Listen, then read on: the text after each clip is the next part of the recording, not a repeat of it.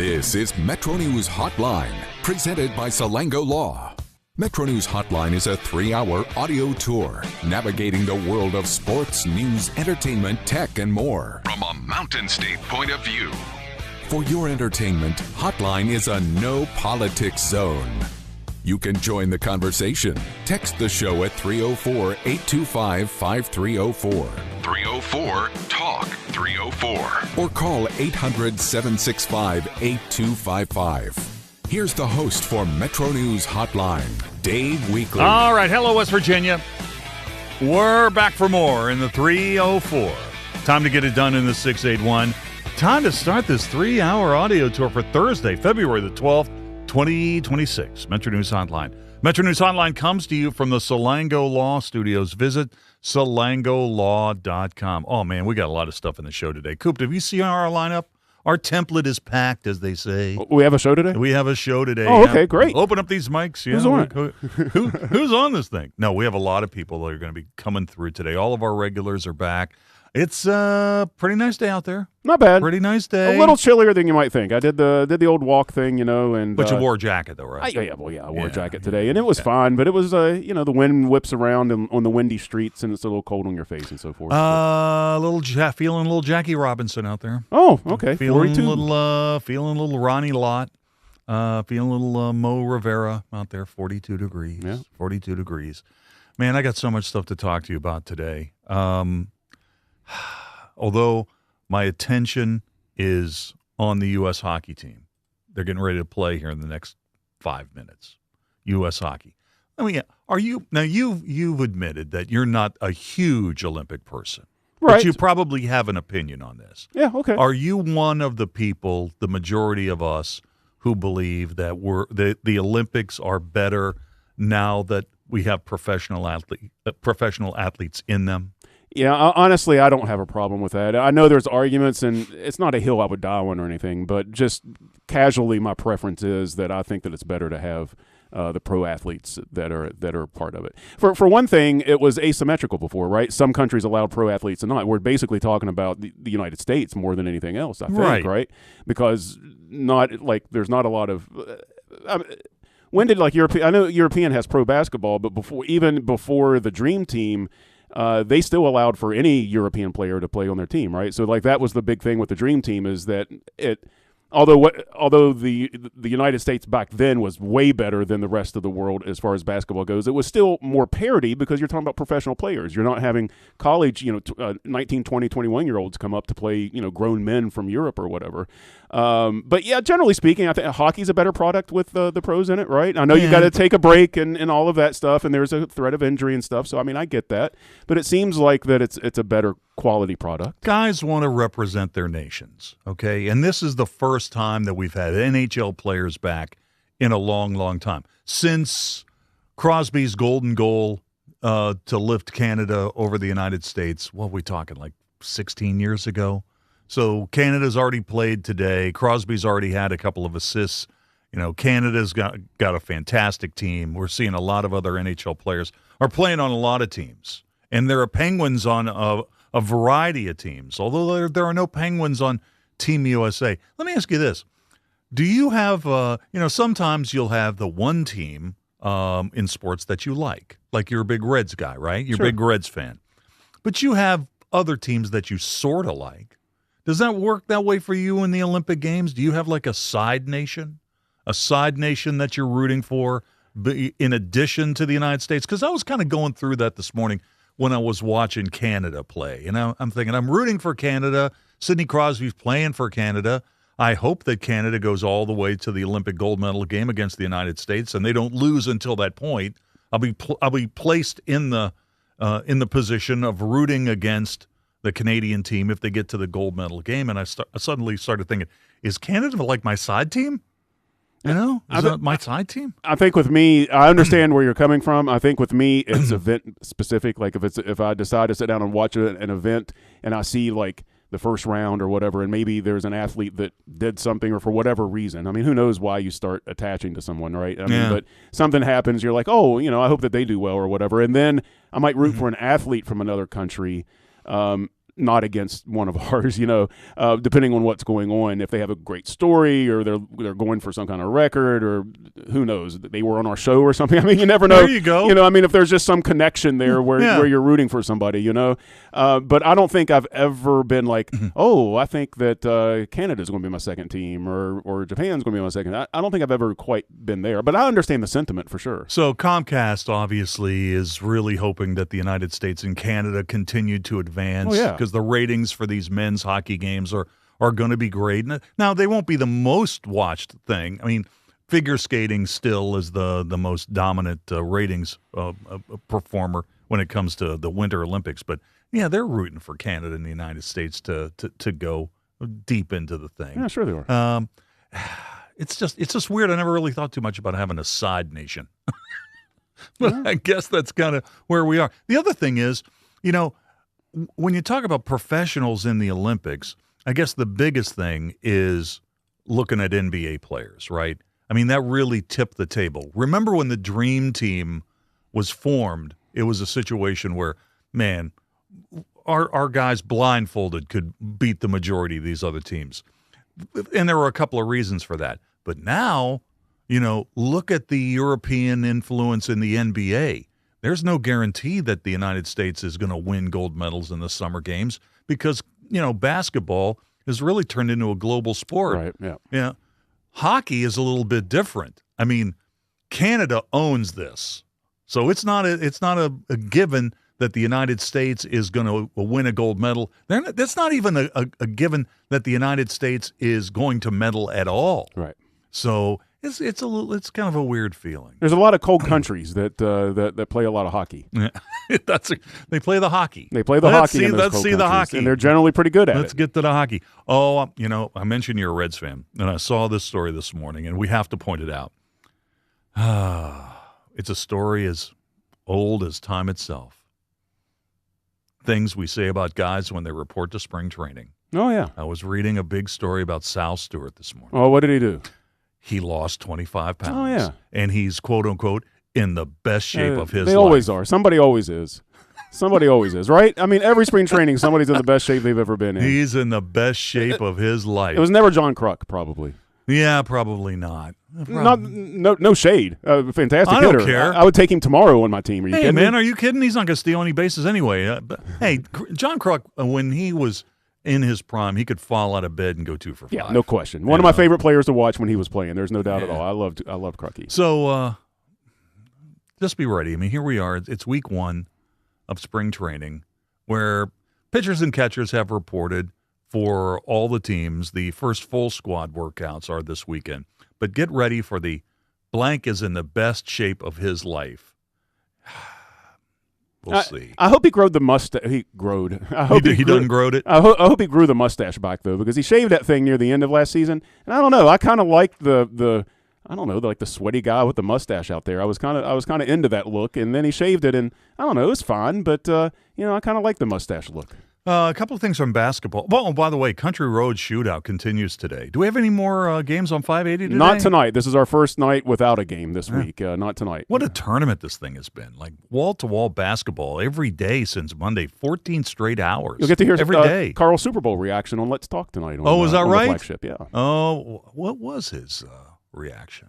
No, he had him on here Monday. I know, and I kind of felt like, well, sometimes Carl keeps his fastball for his show. Yeah. As I mix my metaphors. But he didn't seem too enthusiastic about the game. I get the kind of feeling that it maybe still bubbles up like. Well, he had that problem with his cable, so he wasn't able to check it out live a lot. That's right. I forgot about that. He had to catch up on it in the retrospect. But I think him and Hollis had some stuff to go over with. But here's the thing. I mean, not everybody who plays on a Super Bowl team is great, okay? Sometimes you're just in the right place at the right time. I mean, Carl's a former All-Pro. He's an All-Pro a couple of times, a key player on some really good Minnesota Vikings teams. Hey, man, he's probably, if you took a look at the entire pool of players who have been on Super Bowl teams and you rank them against Carl was probably, what would you say, in the top 20% of those players? So. Yeah, something like that. So it was just literally fate that kept him from winning a ring? There was, I forget who it was now, but it wasn't even a backup quarterback. It was like a lineman of some kind. I can't remember. There was a guy that was on the Eagles last year, I think, that got his second Super Bowl ring. And in the 2 years that he won Super Bowls, he had something like 19 regular season snaps. So the dude has 2 rings and 19 regular season snaps in the seasons in which he won rings. And I can't remember who the player was now, but that's, man, talk about a good ratio. You're on the field for 20 plays, and you got 2 Super Bowl rings. That's all right. That's always a good conversation about who's the worst quarterback to win a Super Bowl, who's Trent the worst Dilfer. this or that. I don't know if you saw this on X. I forwarded this last night.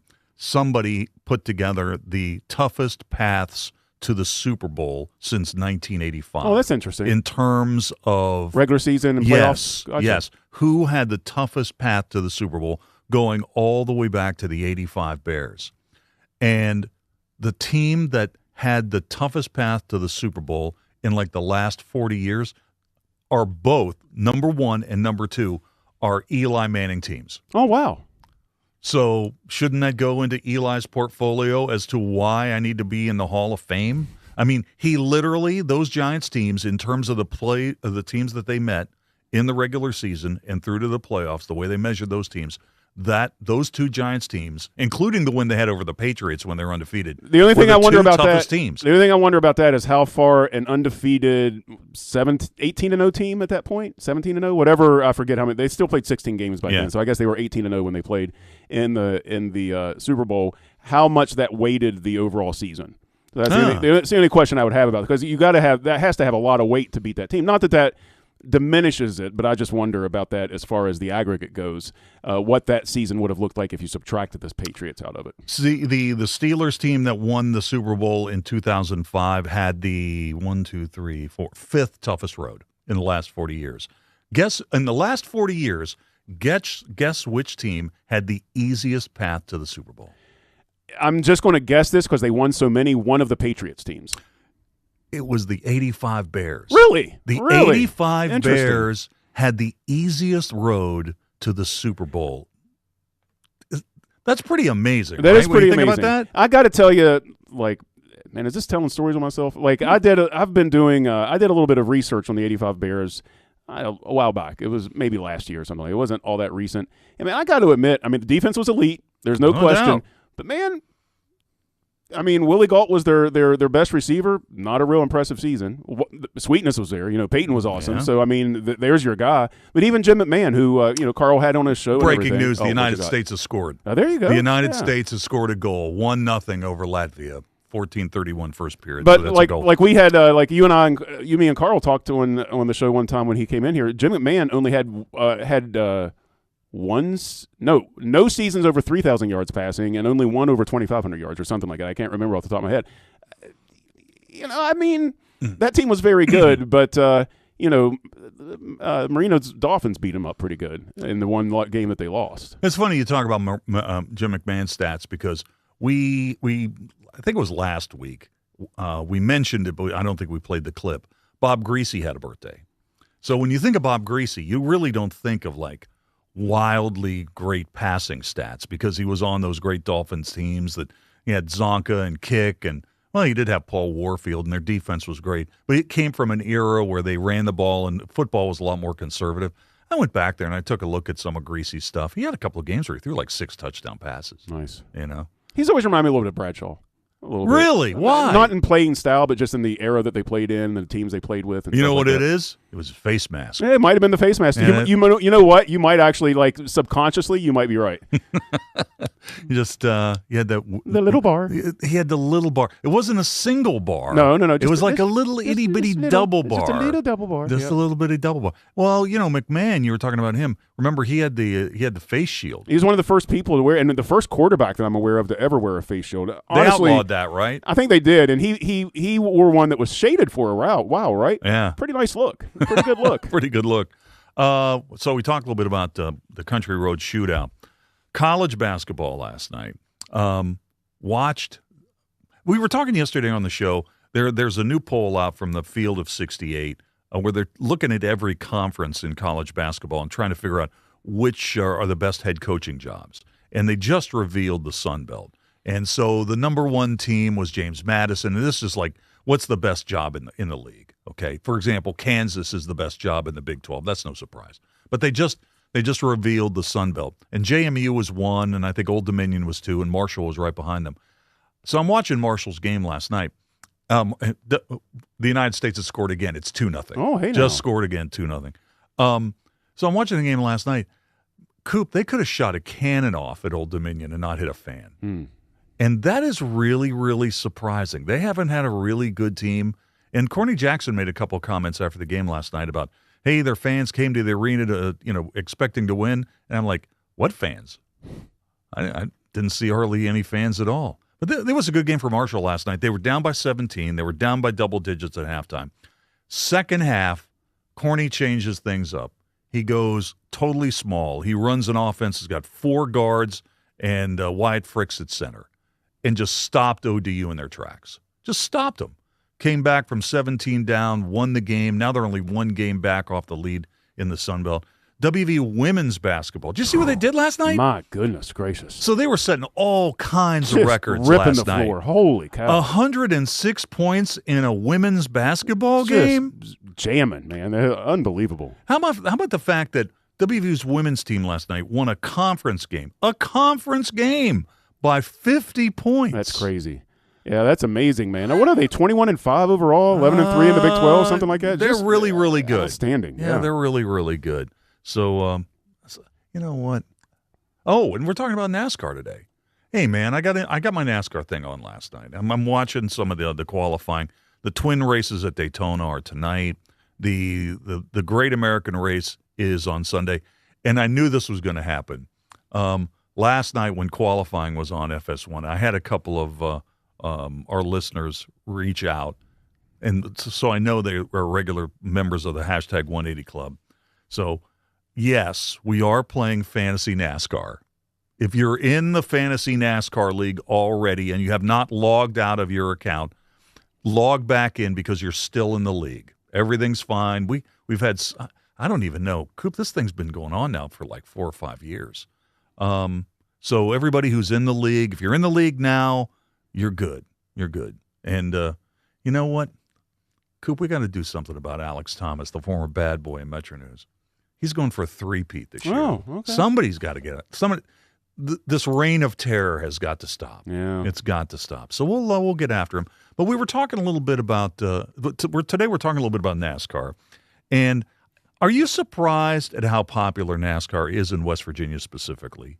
Does that surprise you? No, it's numbers that we get fairly often when we have different types of programming and stuff that are offered. I mean, I've seen some of the numbers before about the popularity. I really think that there will be people who are listening to this show and other shows on the network who don't quite realize how popular NASCAR is in West Virginia.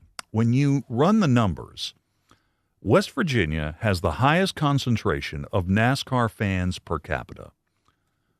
Right at the top. Where's our NASCAR track, Coop? We don't have one in our state.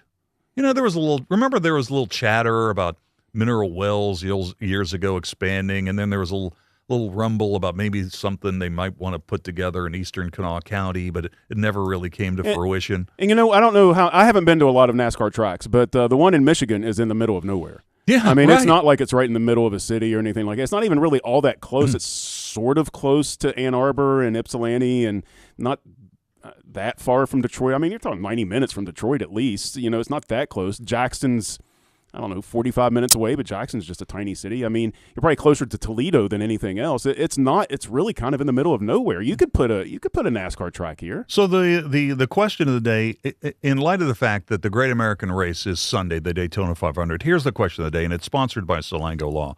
Have you ever been to a NASCAR race? And have you ever met a NASCAR driver? I want your stories if you have. Have you ever been to a NASCAR race? Have you ever met a NASCAR driver? To respond, text those in, 304-TALK, 304-825-5304. Tweet me, I'm at Weekly, WEEKLEY. Let's take a quick break. We're coming back with more in a moment. Need a break from the headlines and mindless drivel? Metro News Hotline brings you that much-needed afternoon distraction. I have had a complicated relationship with food. My job was to talk to heart failure patients about diet and exercise. I felt like, why would you listen to me? Because I was not following a diet that was healthy for me. I needed help. Bariatric surgery at WVU Medicine helped me lose 175 pounds. I feel like I'm free. They hold the skill, they hold the tools, and they're waiting for you to come say that you need the help. New year, new trucks. Start your year off with a new truck from Dan Cava Toyota World. Now lease a 2025 Tacoma for as low as $299 a month. Save over $7,500 off on select Tundras or get 2.99% for 72 months. It's your last chance to get a gas model 2025 RAV4. Don't miss out. Come experience cars you can count on year after year. Dan Cava, Toyota World in Fairmont. Shop the road. You want to know what West Virginia is talking about? It's good to be back in Morgantown today. Now it's different. I think it's mostly just business. What I voted for and what I think makes the most sense. Well, Dave, this has been a bit of a controversy. I want to thank the caller last week that said I sounded like Hoppy Kercheval. That was flattering. Join Dave Wilson and TJ Meadows Monday through Friday for Talkline on Metro News Television.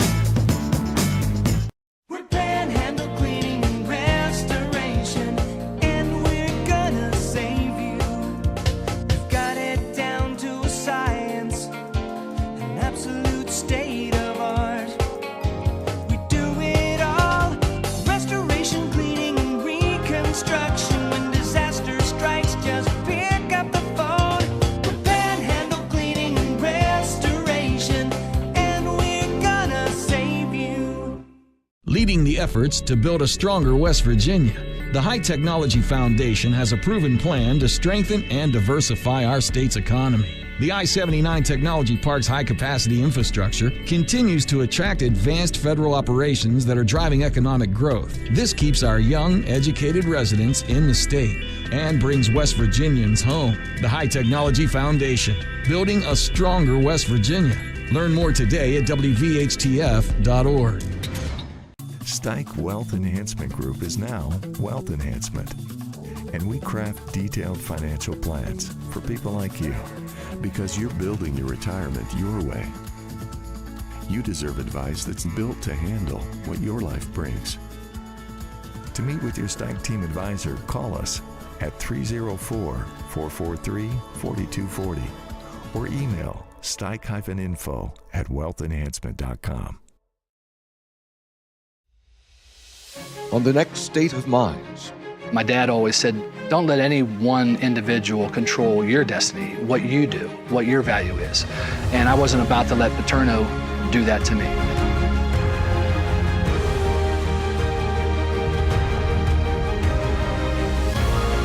I mean, it was just a phenomenal time, my first game, and to be accepted as a Mountaineer.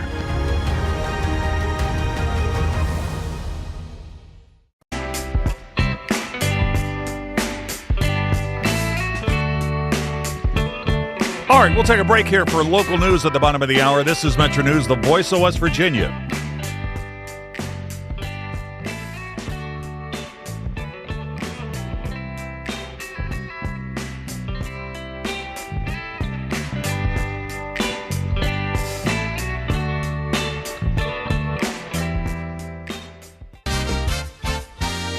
West Virginia Metro News, I'm Daniel Wood. Senators are revisiting a sports safety bill named after a middle school football player who died after a football-related head injury during a practice. Senate Bill 657, creating the Cohen-Craddock Student-Athlete Safety Act, was discussed and advanced by the Senate Education Committee.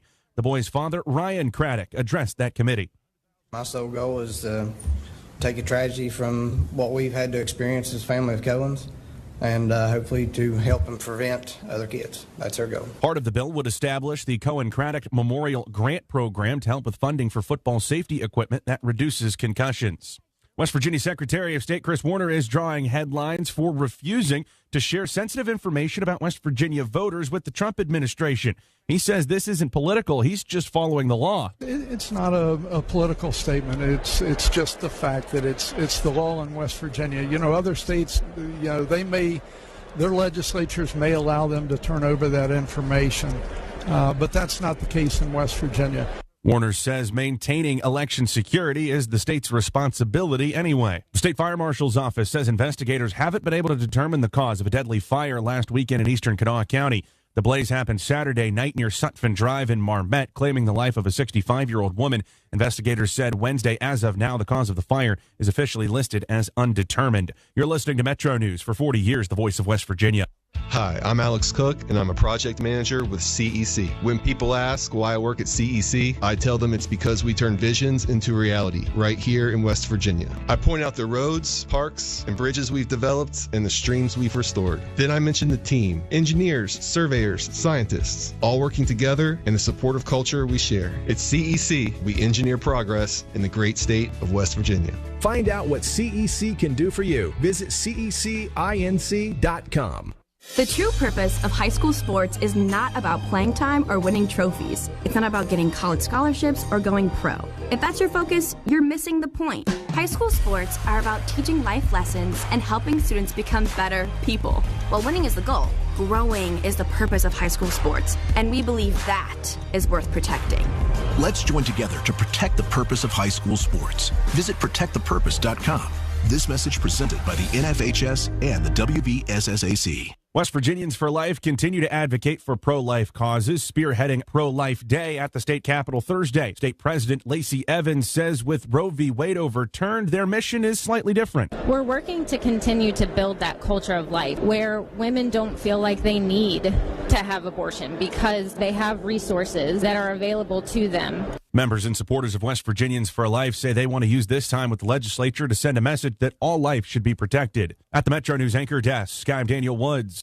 Discover the WVRC Media app, your gateway to pristine audio for every WVRC radio station across West Virginia. Download it for free from the Apple or Play stores and enjoy the best music, talk, and local news from Beckley to Morgantown, Charleston to Martinsburg. Our stations are locally programmed, delivering the finest music and robust local news and sports coverage. Experience West Virginia radio like never before. The WVRC Media app. We're proud to live here, too.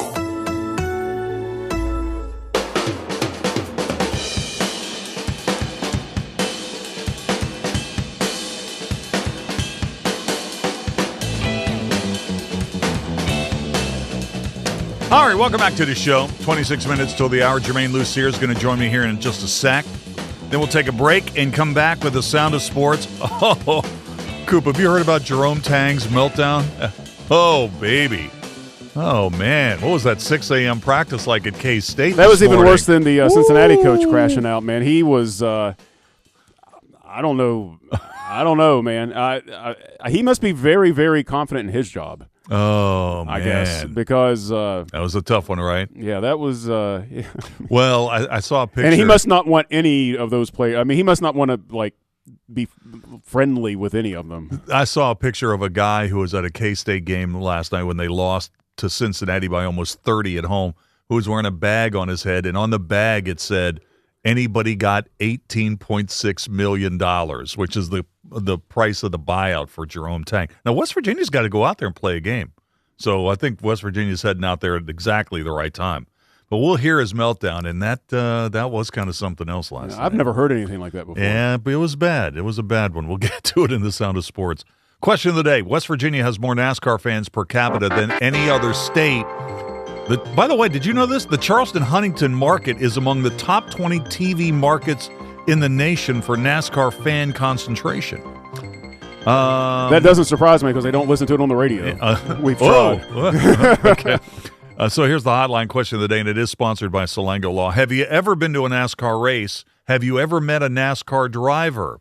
To respond, text those in, 304-TALK, 304-825-5304. 304. You can reach me on X at Weekly, W-E-E-K-L-E-Y, one word, 3 E's, W-E-E-K-L-E-Y. A couple of quick responses here.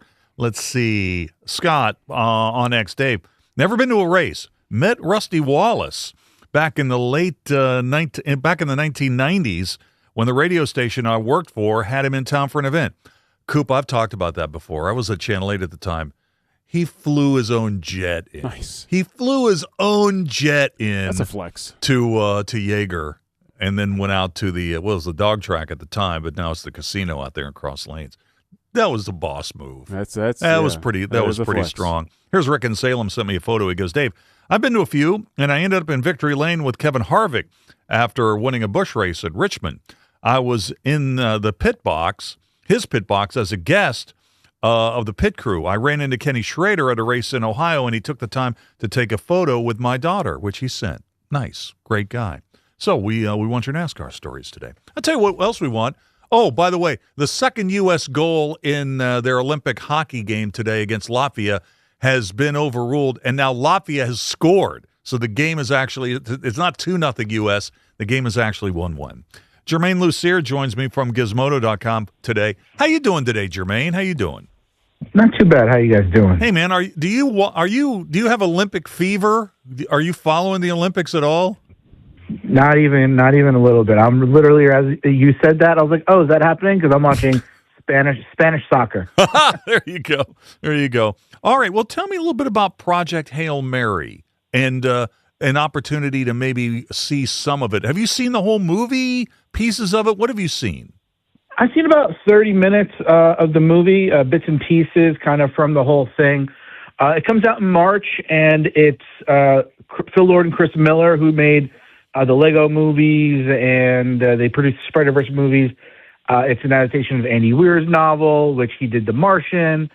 The same guy who wrote the screenplay of The Martian is doing this, and then it's Ryan Gosling. It's an incredible lineup of people making this thing, and I think it's going to be awesome. I mean, I've read the book. The book is fantastic, and the movie looks like it's really going to capture the spirit of the book. And, I saw 30 minutes of it, and it looks very emotional, and it's got, like, a lot of people don't know this, but the new trailer kind of reveals that basically it's about a human and an alien trying to each save their own worlds, right? Okay.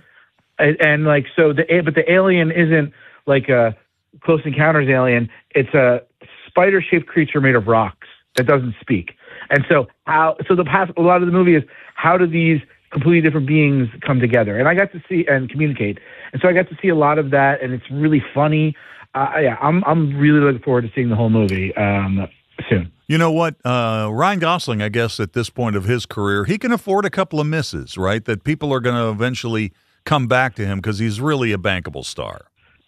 He can afford misses, but he doesn't need to take any chances. Like he like, you know what I mean? Like, this could be a miss, but like, he's been attached to this project before the book even came out. Like, he got an early copy of the book and said, I want to play this character before the book was even released. And he doesn't have to make a movie unless he thinks it's good. He's that kind of big. Leonardo DiCaprio doesn't make bad movies because he doesn't need to make bad movies, you know? And I think Gosling is almost at that level.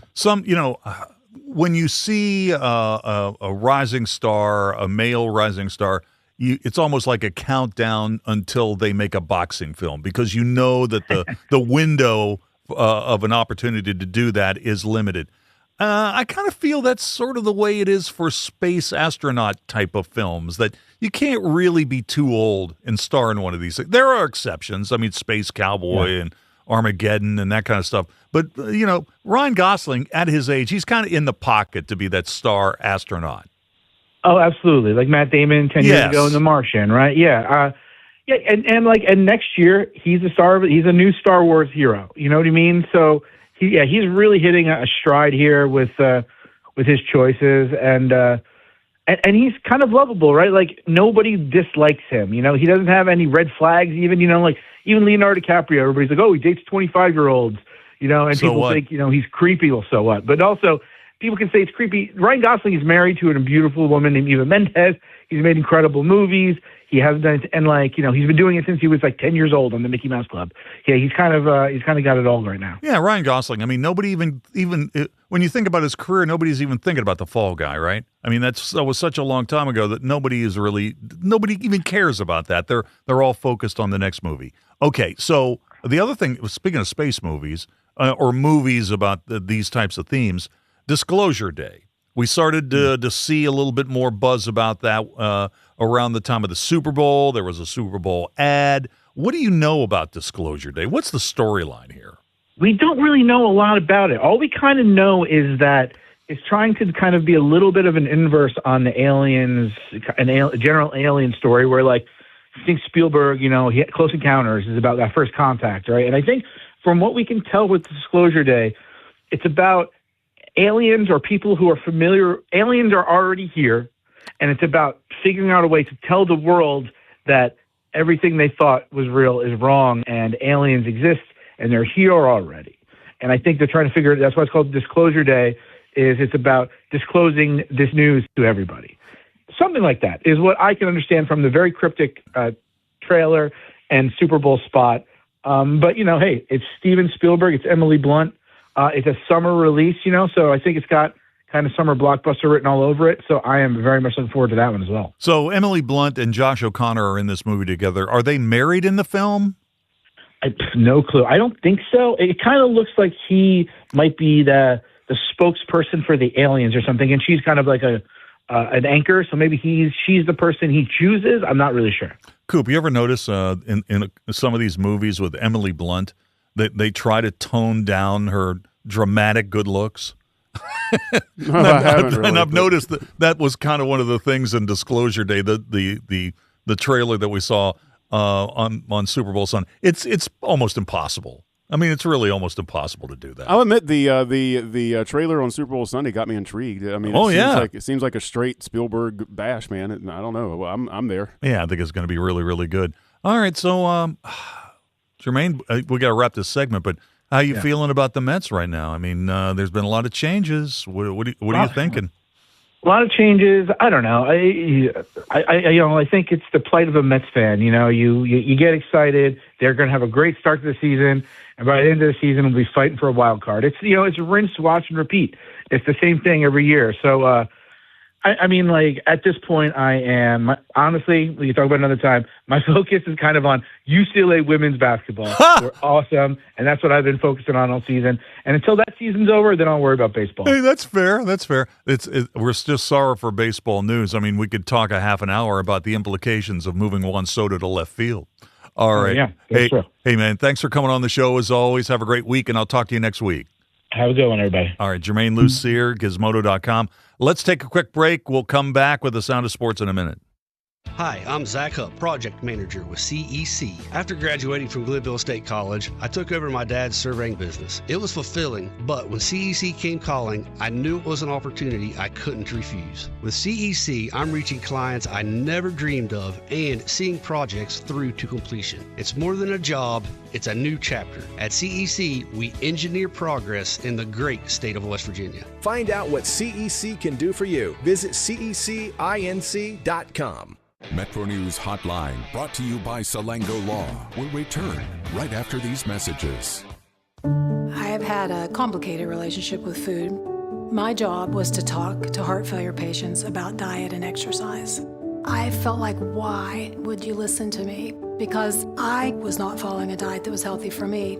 I needed help. Bariatric surgery at WVU Medicine helped me lose 175 pounds. I feel like I'm free. They hold the skill, they hold the tools, and they're waiting for you to come say that you need the help. New year, new trucks. Start your year off with a new truck from Dan Calva Toyota World. Now lease a 2025 Tacoma for as low as $299 a month. Save over $7,500 off on select Tundras or get 2.99% for 72 months. It's your last chance to get a gas model 2025 RAV4. Don't miss out. Come experience cars you can count on year after year. Dan Calva, Toyota World in Fairmont. Shop the road. You want to know what West Virginia is talking about? It's good to be back in Morgantown today. Now it's different. I think it's mostly just business. What I voted for and what I think makes the most sense. Well, Dave, this has been a bit of a controversy. I want to thank the caller last week that said I sounded like Hoppy Kercheval. That was flattering. Join Dave Wilson and TJ Meadows Monday through Friday for Talkline on Metro News Television. We're Panhandle Cleaning and Restoration, and we're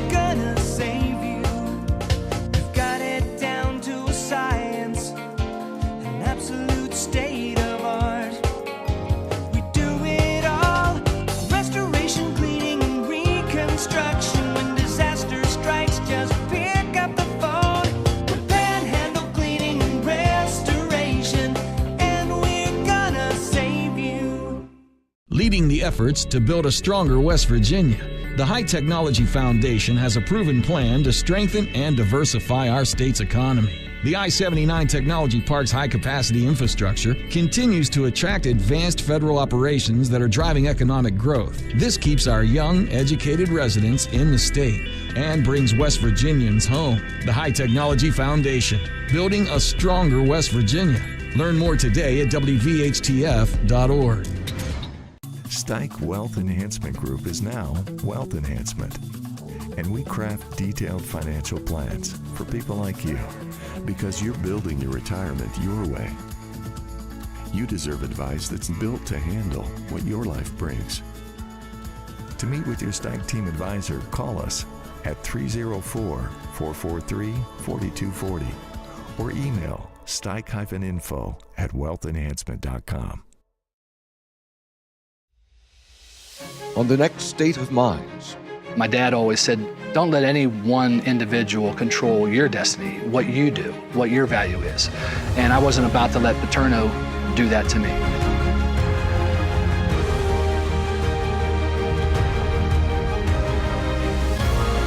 I mean, it was just a phenomenal time, my first game, and to be accepted as a Mountaineer. Virginia.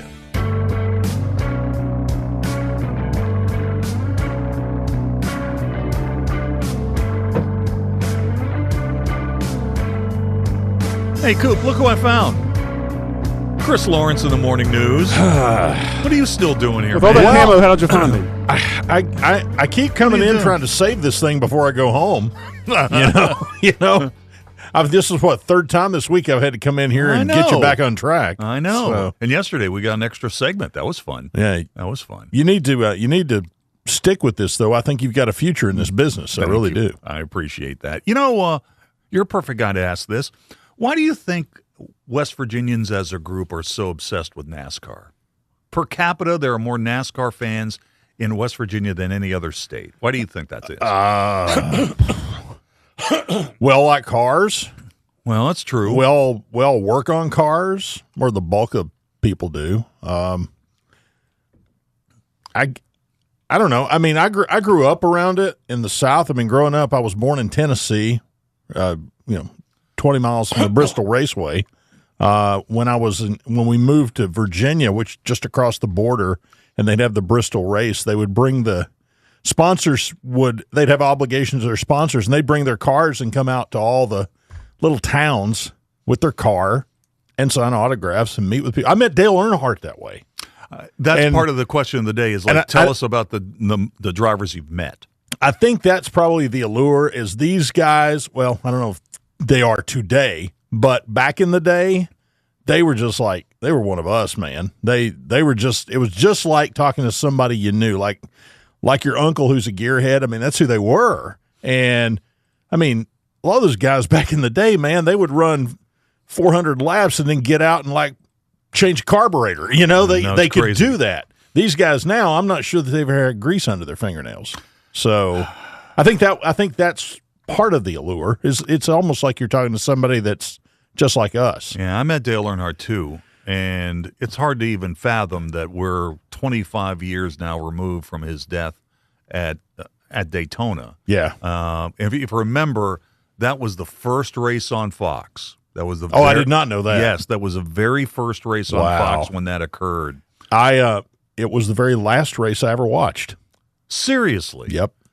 Just couldn't watch it anymore after that. I tried the next week when they had the Bristol race and they had the threes painted on the I watched it for about 10 laps and I just couldn't do it. I was watching, and I pretty much, the sport just seemed to evolve away from what I liked, and I just said to heck with it. Well, it's a southeastern phenomenon to start. Okay, at the start it was, and then the thing also was, you could always count on the time of the races, right? You knew when the races would be on. They would Sunday. They would be on Sunday. As soon as you got home from church. Exactly. Yep. They would be on early Sunday afternoon.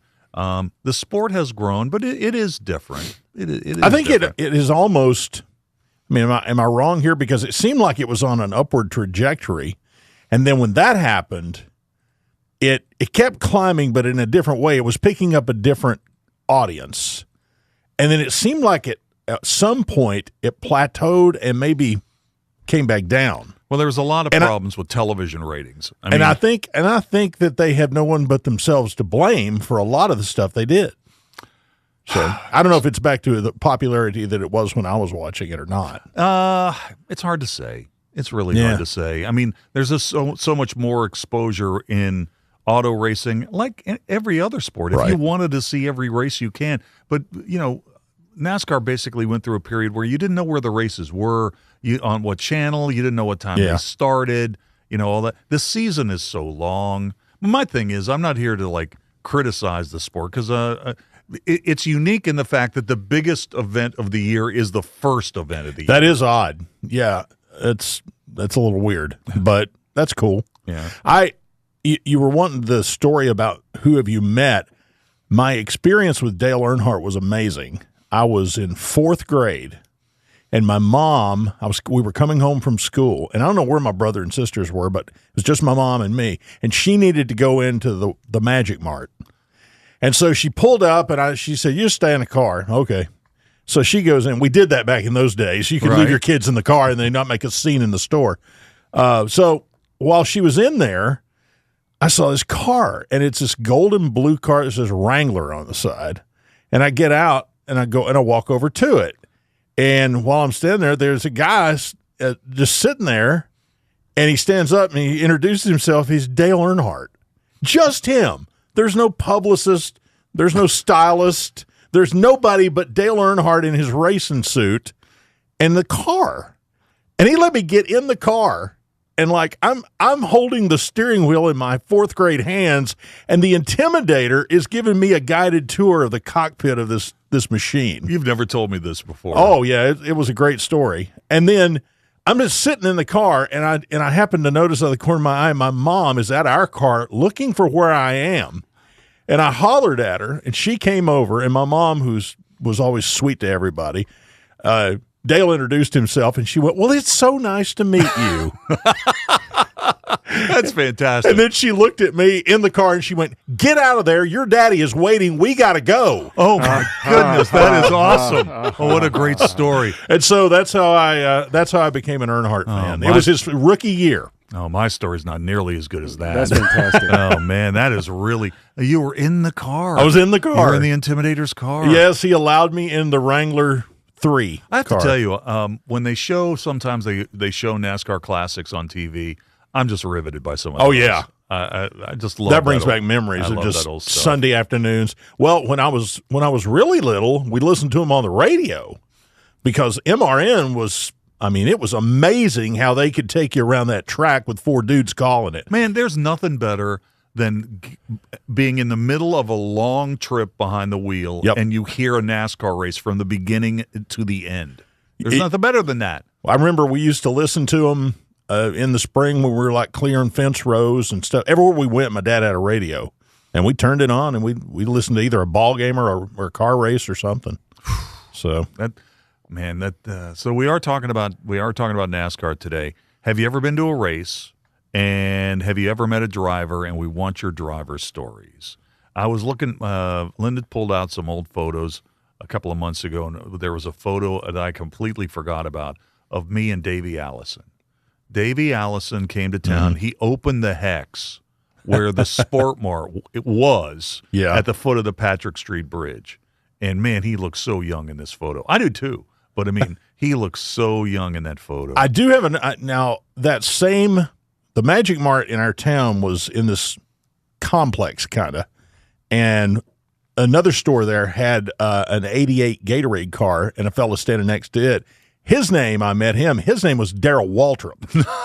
Nice. I met 2 legends in the same complex. Oh, man, that story about Dale is fantastic. Chris, you're the man. Thanks, brother. All right, man. Try to keep this thing together until 6 o'clock. All right, that's the plan. We'll take a break. We're coming back to wrap hour number 1 in a minute. Metro News Hotline, presented by Salango Law, will return right after these messages. New year, new trucks. Start your year off with a new truck from Dan Cava Toyota World. Now lease a 2025 Tacoma for as low as $299 a month. Save over $7,500 off on select Tundras or get 2.99% for 72 months. It's your last chance to get a gas model 2025 RAV4. Don't miss out. Come experience cars you can count on year after year. Dan Cava, Toyota World in Fairmont. Shop the road. Steig Wealth Enhancement Group is now Wealth Enhancement. We believe retirement starts with a plan. Saving for college starts with a plan. Your legacy starts with a plan. Do you have the right plan? Call our team at 304-443-4240 or email steig-info@wealthenhancement.com. Leading the efforts to build a stronger West Virginia, the High Technology Foundation has a proven plan to strengthen and diversify our state's economy. The I-79 Technology Park's high-capacity infrastructure continues to attract advanced federal operations that are driving economic growth. This keeps our young, educated residents in the state and brings West Virginians home. The High Technology Foundation, building a stronger West Virginia. Learn more today at WVHTF.org. Coming to Parkersburg High School, February 6th and 7th. Who are the toughest men and women in the state of West Virginia? Watch Tough Man live on Metro News Television to find out. Featured fights, top 5 finishes, and event archives. Download Metro News Television on iPhone, iPad, Android, Roku, LG TV, Apple TV, Fire TV, and select Samsung Smart TVs. Find out more at WVMetroNewsTV.com. Start your new year off right with a new ride from Dan Cava GMC. Come explore our 2026 GMC Acadias. Spacious, smooth, and made for everyday life. It's truly a fan favorite. Drive into winter with a new 2026 GMC Sierra, now up to $12,000 off, or lease as low as $499 a month. So upgrade your ride this year with us at Dan Cava GMC in Bridgeport. Shop the road. I have had a complicated relationship with food. My job was to talk to heart failure patients about diet and exercise. I felt like, why would you listen to me? Because I was not following a diet that was healthy for me. I needed help. Bariatric surgery at WVU Medicine helped me lose 175 pounds. I feel like I'm free. They hold the skill, they hold the tools, and they're waiting for you to come say that you need the help. It's high school basketball season, and Metro News Television has you covered. Rivalries, buzzer beaters, classic hardwood competition. Watch live and on demand from gyms across the Mountain State. Stream Metro News Television on your iPhone, Android, Roku, Apple TV, Fire TV, LG TV, and select smart TVs. Or visit MetroNewsTV.com for more information.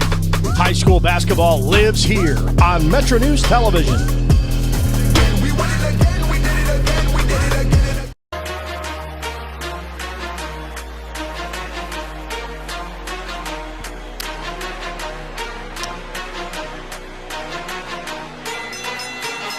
All right, that's it for hour number one. Crazy day in the financial markets. We'll run it down to the top of the 4 after we get into the news. Reset our question of the day with the Daytona 500 on Sunday. Have you ever been to a race? Have you ever met a driver? We want your stories. David Mayfield will be here, the guest host of Mountain Stage. That'll kick off the 4 o'clock hour. This is Metro News, the voice of West Virginia.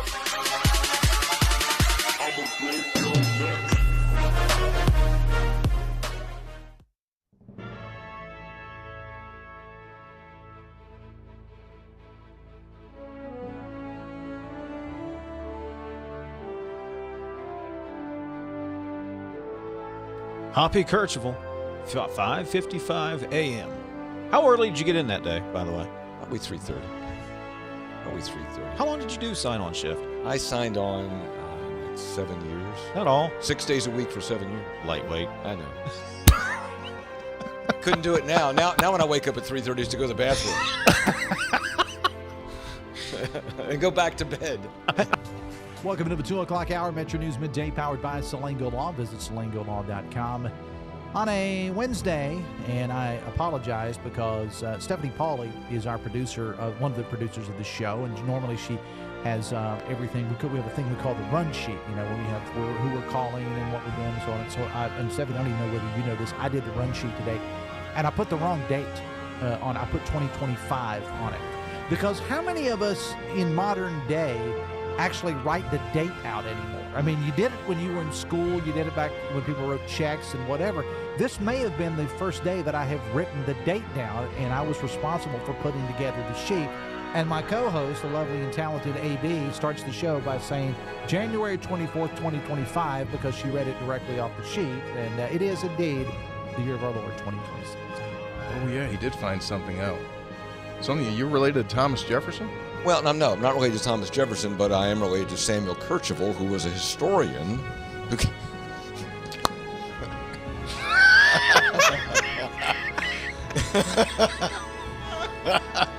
I'm going to tell you something about Samuel Kercheval. Him and Jefferson out smoking corn silk. Kercheval told him, Thomas, I don't know about this country. Might want to start again. He could. So I don't have a monitor here, so I really can't see what happens at the beginning of the show.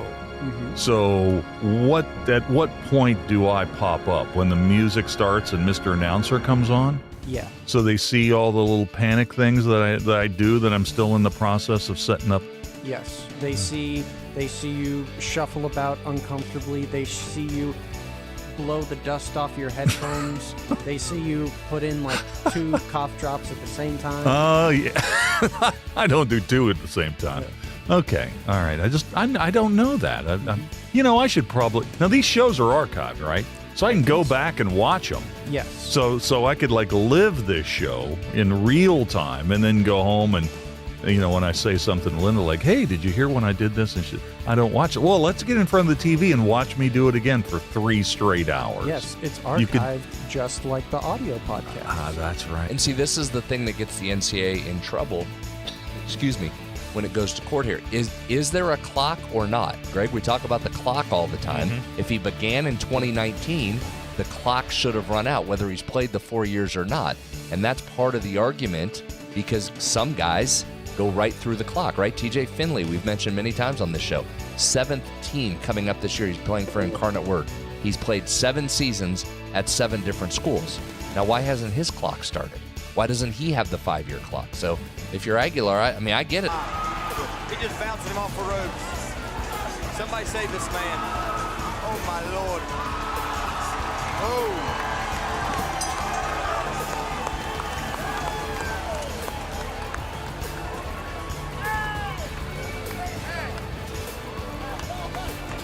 Very nice, very nice. He hit him with everything he didn't want. –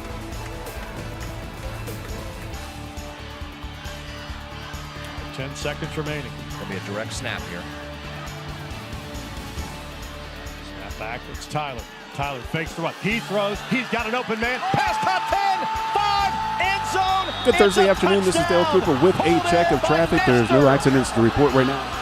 3 seconds left. Are you kidding me with the play call right there by Kevin Whiteman? Again, forget the game-winning field goal. Whiteman says, we're going to try and win this thing right now. The direct snap to Tyler sucked everybody up, and Nestor slips behind. What an unbelievable gutsy play call, and then perfect execution by these Falcons. Things aren't always going to be great. And sometimes, you can work really, really hard and it's still not great. You're still not successful.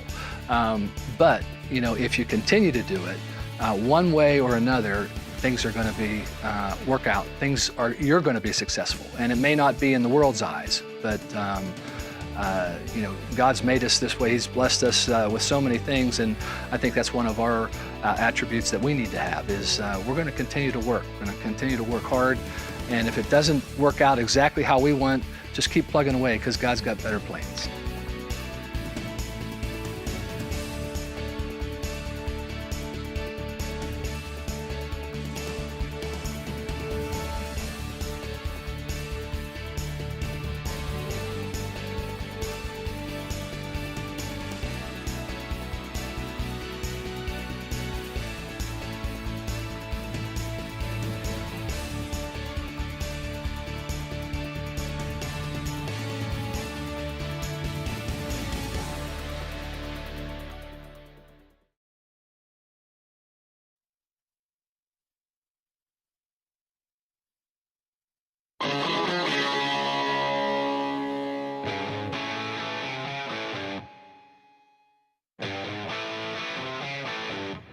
This is Metro News Hotline, presented by Salango Law.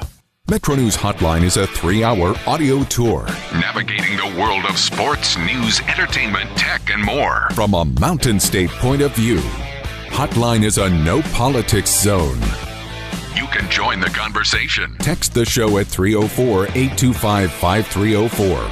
304-TALK-304. Here's the host for Metro News Hotline, Dave Weekly. All right, welcome back. Hour number 2, How Do You Do? Metro News Hotline. Here until 6 o'clock. Every weekday afternoon here on the Metro News Radio Network, taking you through the afternoon. We'll get through this thing together. Hey, wherever you're listening to the show today, inside the state of West Virginia or beyond the borders, just trying to get a read on what's going on back home. Hey, we hope you're having a good day. We're doing all right here in Charleston today as we operate out of our flagship 580 WCHS. It's going to be a busy hour.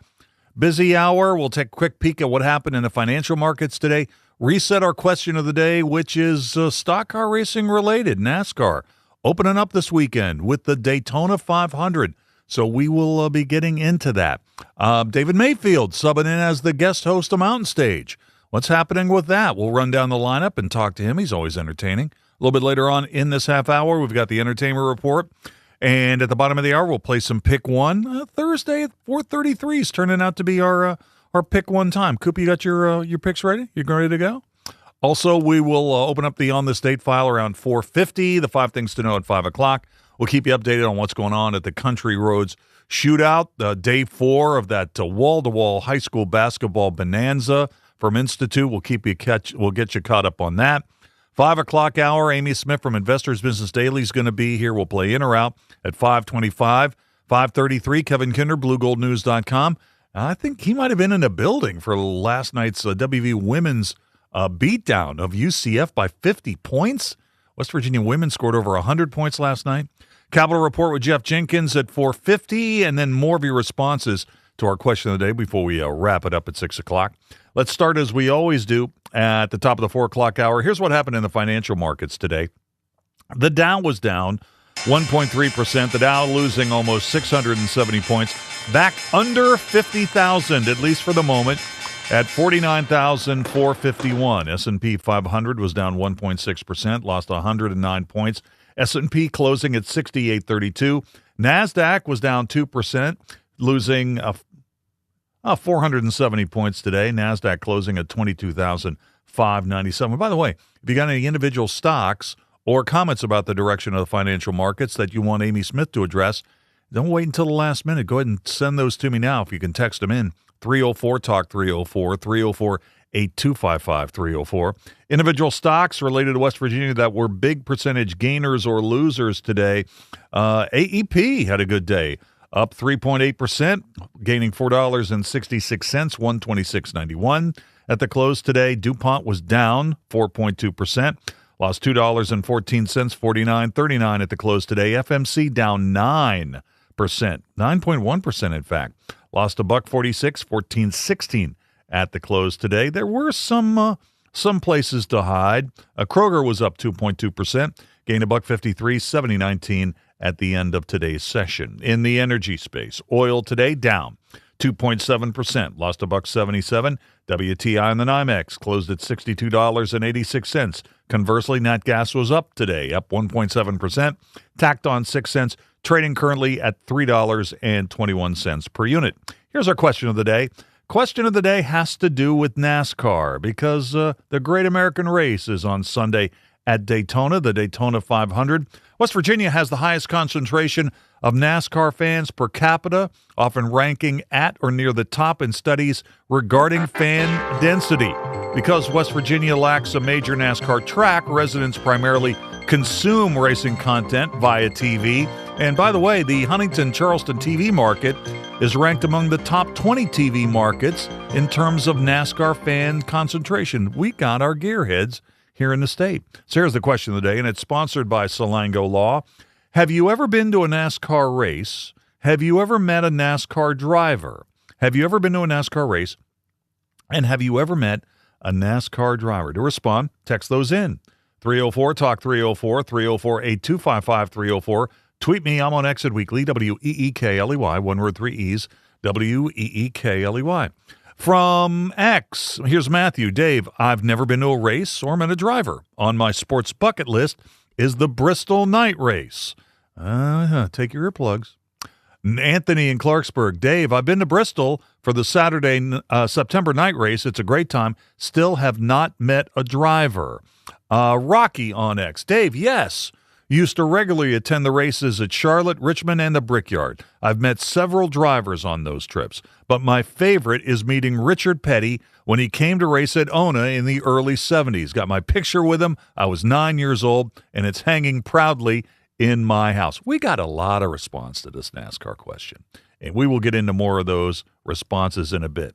But you know what? Let me bring to the stage David Mayfield, guest hosting as the host on this week's edition of Mountain Stage at the Culture Center here in Charleston. How you doing today, David? I'm doing marvelously well. Dave, how are you? I'm fine. How'd you handle the weather over there in Ohio? You doing okay? I mean, we've a lot of the snow's melted here in Charleston. Yeah, it's starting to melt, but it was pretty bad there. I had to borrow a shovel just to dig out my shovel. There you go. There you go. Hey, so what do you do? I mean, you're a professional musician. When you're snowed in, do you like to practice? Do you like to write new songs? What do you do when you can't get away from the house because of the weather? Well, I typically bake banana bread and smoke cigars. Smoke cigars? At the same time. At the all right. Well, tell me a little bit about what's going on with Mountain Stage this weekend. Sure, we got a good one. We've got modern Irish group Soulless coming on the show. They've been a band for 30 years now, so that's exciting. Plus, longtime friend, multiple Grammy winner, West Virginia native Tim O'Brien will be on the show, along with his partner in music and life, Jan Fabricius. They've got a new album out. And roots musician Darren Hackward will be on the show. He was a member of the West Virginia group Fox Hunt, and he wrote the latest single from John R. Miller.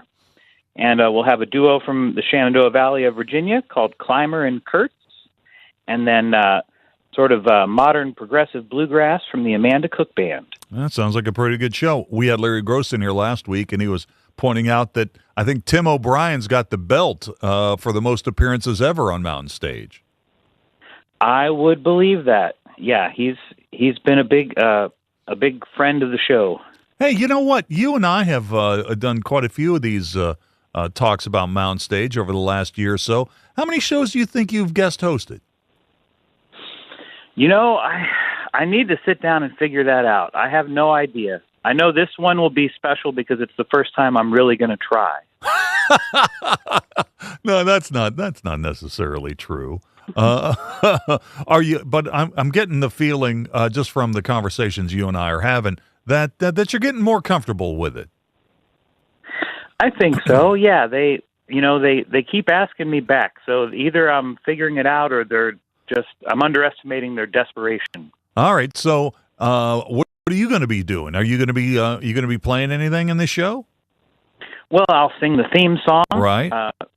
Written by Larry Gross, beautiful song, and then I'll lead everybody in the big grand finale at the end. All right, I think we got a little music here. Coop, we've got something from Tim O'Brien and his wife. This is a song that came out last June. It's called Paper Flowers. Let's hear some of that. Yellow, blue, and green. One for her and one for me, and one for the miles between. That's my brother moon. That's my sister sky. Can you give me a reason? Can you tell me why? How would I get myself out here and leave her way back there? I miss a girl with the true blue eyes and the long strawberry hair.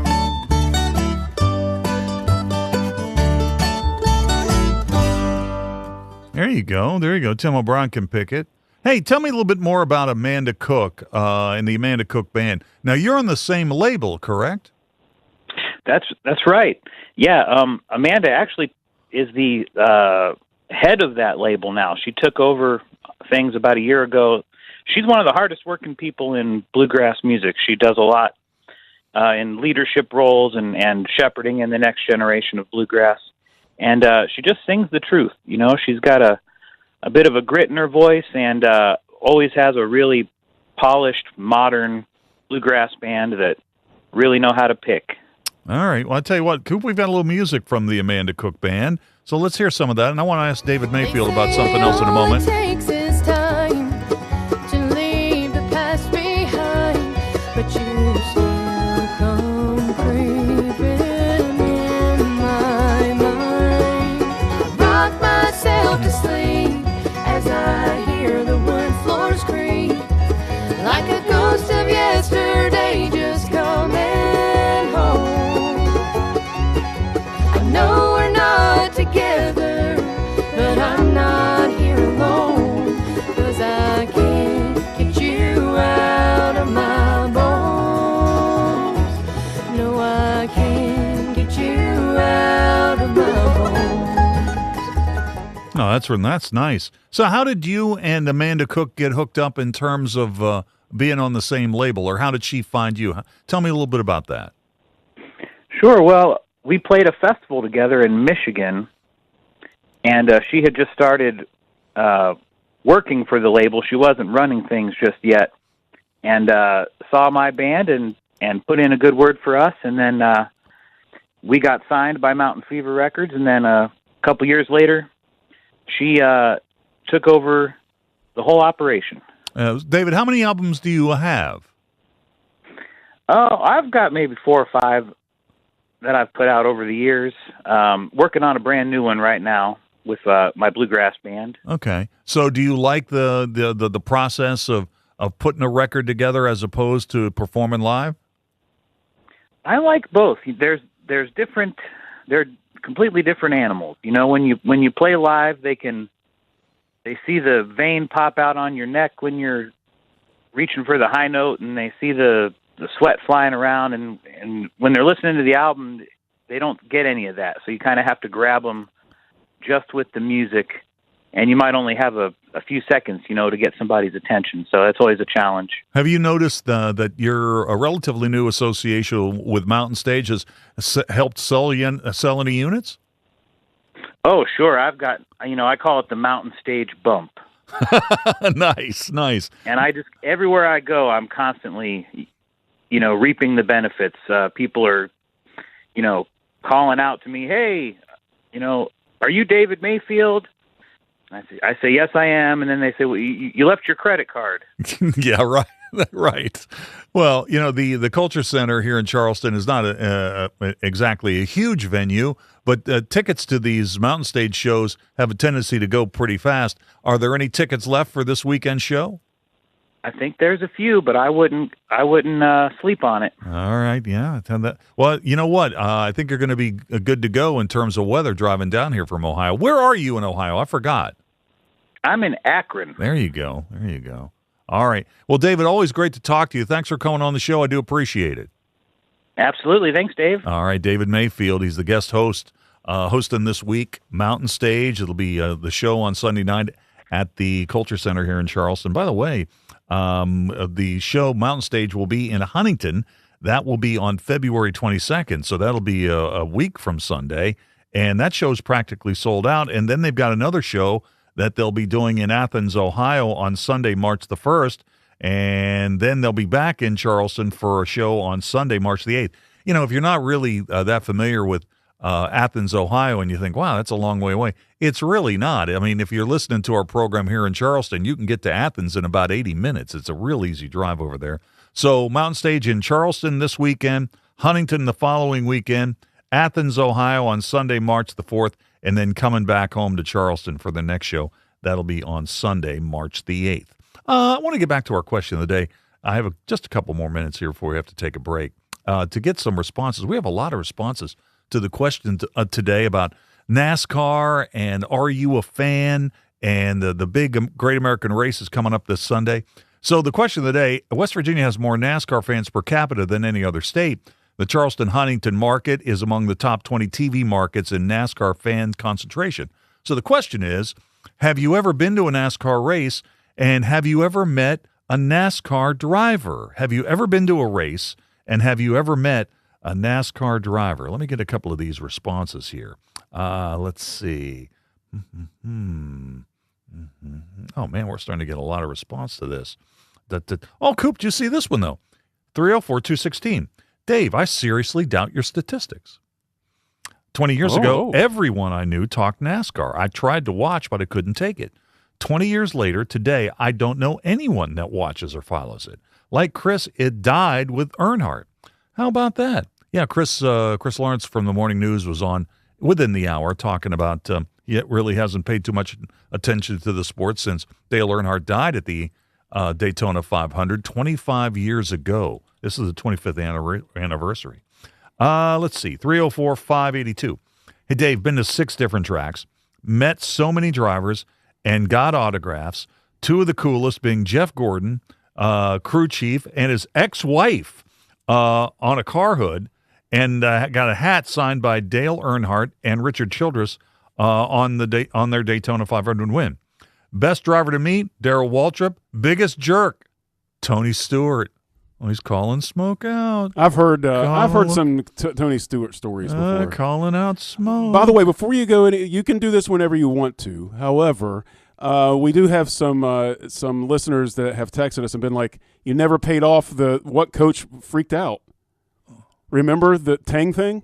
Like we teased that thing forever, then we never paid it off. Yeah, so. Yeah, that's right. Yeah, let's play that. So we won't, we may double back to some of the other things in the Sound of Sports, but we made an executive decision when Chris Lawrence came. Yeah, when Chris shows up, it kind of it creates ripples. The format just goes out the window. Yeah. But so last night, here's the deal. K-State played Cincinnati, and Cincinnati wore them out. Beat them by about 30. So you got the Jerome Tang thing? Yeah, man. All right, so here's Jerome Tang after the game. This was embarrassing. These dudes do not deserve to wear this uniform. There will be very few of them in it next year. I'm embarrassed for the university. I'm embarrassed for our fans, our student section. It is just ridiculous. We got practice at 6 a.m. tomorrow morning, and we will get this thing right. I have no answer and no words. So y'all got 2 questions. So whoever want to ask 2 questions, I'll answer them to the best of my ability right now. But right now, I'm pissed. Go so. And by the way, his radio network interview was about 20 seconds. This was from the press conference after the radio interviews. So. I can't imagine. I mean, look, we've seen a lot of coaches crash out and do some different things over time. This is one of the worst ones I've heard. More than anything, really going straight after your players. These guys don't deserve to be in uniform. None of them are going to be back next year. Wow. I understand they're struggling, but man, in this day and age of NIL and of constant transfers where you have to recruit people to come play for you, it seems to be real easy to recruit against that. Doesn't sound like it's a lot of fun to wear the purple. Not right now. Wear the purple. Yeah. All right, we'll take a break. The entertainment report is next. Hi, I'm Nathan Adkins with CEC. Why did I choose CEC? It's simple. As a Huntington native and a Marshall grad, I'm thrilled to work in CEC's Charleston office, giving back to my community. At CEC, I dive into every engineering aspect, learning from West Virginia's best. Being employee-owned means that I have a stake in my future. We're not just names on projects, we connect with clients, adding personality to every job. At CEC, we engineer progress in the great state of West Virginia. Find out what CEC can do for you. Visit cecinc.com. Don't forget about our podcast. Check out your favorite podcast provider or simply go to wvmetronews.com and click on the podcast link. This is Hotline, presented by Salango Law on Metro News, the voice of West Virginia. Leading the efforts to build a stronger West Virginia, the High Technology Foundation has a proven plan to strengthen and diversify our state's economy. The I-79 Technology Park's high-capacity infrastructure continues to attract advanced federal operations that are driving economic growth. This keeps our young, educated residents in the state and brings West Virginians home. The High Technology Foundation, building a stronger West Virginia. Learn more today at WVHTF.org.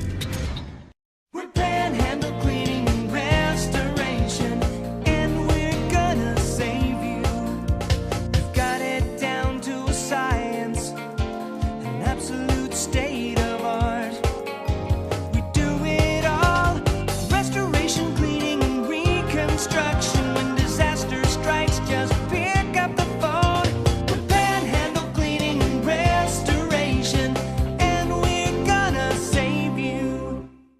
Steig Wealth Enhancement Group is now Wealth Enhancement.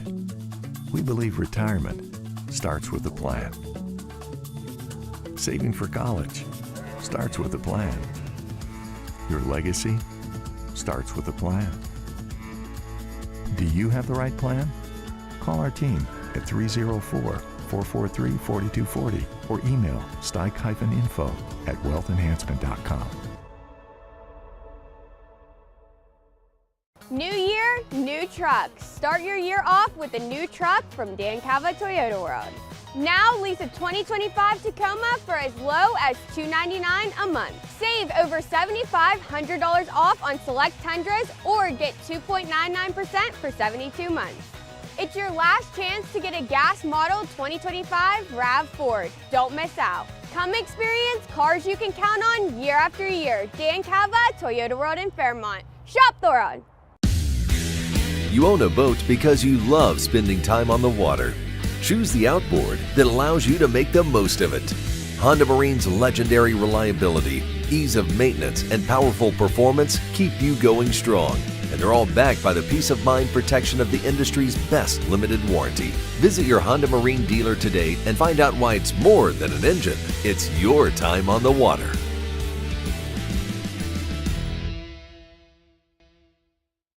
I have had a complicated relationship with food. My job was to talk to heart failure patients about diet and exercise. I felt like, why would you listen to me? Because I was not following a diet that was healthy for me. I needed help. Bariatric surgery at WVU Medicine helped me lose 175 pounds. I feel like I'm free. They hold the skill, they hold the tools, and they're waiting for you to come say that you need the help. Start your new year off right with a new ride from Dan Cava GMC. Come explore our 2026 GMC Acadias. Drive into winter with a new 2026 GMC Sierra. Dan Cava GMC in Bridgeport. Shop the world. Download Metro News Television on your iPhone or Android. Search Metro News Television in your app store. Create an account today to get alerts and watch all live and archived content. Download now. By the Ad Council and Pivotal.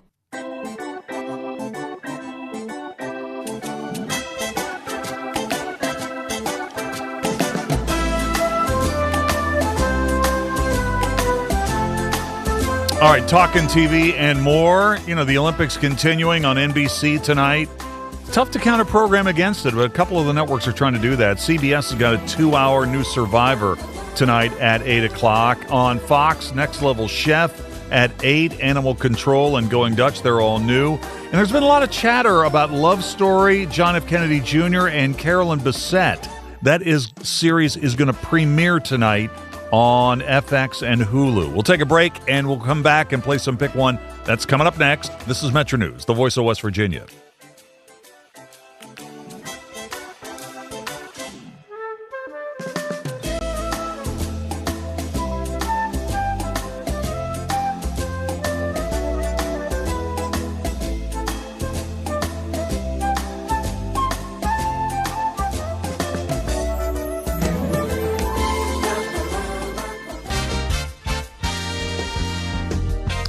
West Virginia Metro News, I'm Morgan Pemberton. It's Life Day at the Capitol, and one pro-life organization was in attendance. West Virginians for Life were recognized at the state capitol Thursday. President Lacey Evans says they want to create a culture in the state that would eliminate the consideration of an abortion for a woman. This is the day where the pro-life people of West Virginia can come and demonstrate that these values are important to us. There are bills to tighten the laws around the abortion pill, to increase training for caregivers and increase funding for pregnancy resource centers. I'm Mike Knowlting for WVMetroNews.com. U.S. Senator Shelley Moore Capito says that President Donald Trump's recent announcement relating to coal-fired plants shows that his administration is a friend of coal. There's really no doubt that President Trump and his administration have prioritized unleashing America's most reliable and affordable energy source, and I'm grateful for that. As a result, our coal production is up, new mines have been opened, and expanded, and plants are continuing to run. On Wednesday, Trump announced a $175 million project to help modernize, upgrade, and extend the life of power plants, 3 of which are located in Putnam, Mason, and Monongalia counties in the Mountain State. Trump also announced that they are going to ensure that electricity from military bases comes from these coal-fired plants. You're listening to Metro News. For 40 years, the voice of West Virginia. Come on, Liam, let's go. Get open. Come on, go for it. Wake up. Wake up, Liam. Oh, come on, use your head. Gotta want it. Dominate. There he goes again. Liam's dad yelling from the stands, trying to relive his glory days. I know. We're just trying to have fun out here and play with our friends. Like, it's not that deep. He seriously needs to get a grip. Does he really think he's helping Liam play better? I feel bad for Liam. I know he's embarrassed his dad ruins every game like this. I mean, I would be too. Someone needs to tell him this isn't about him. Yeah, stop trying to coach from the stands and just cheer. That's what Liam wants. That's what we all want.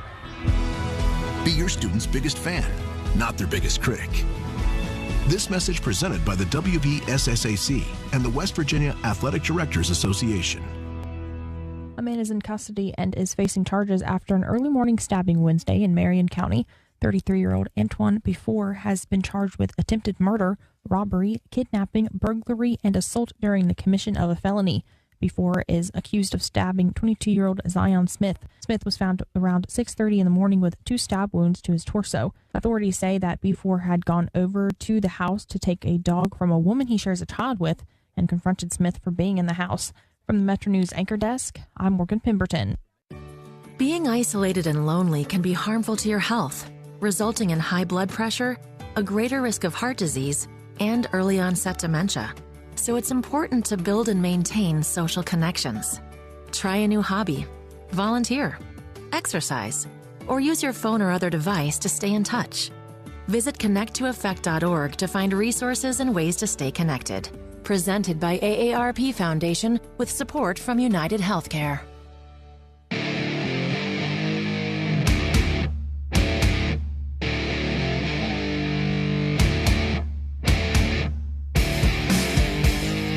All right, welcome back to the show. 26 minutes till the hour.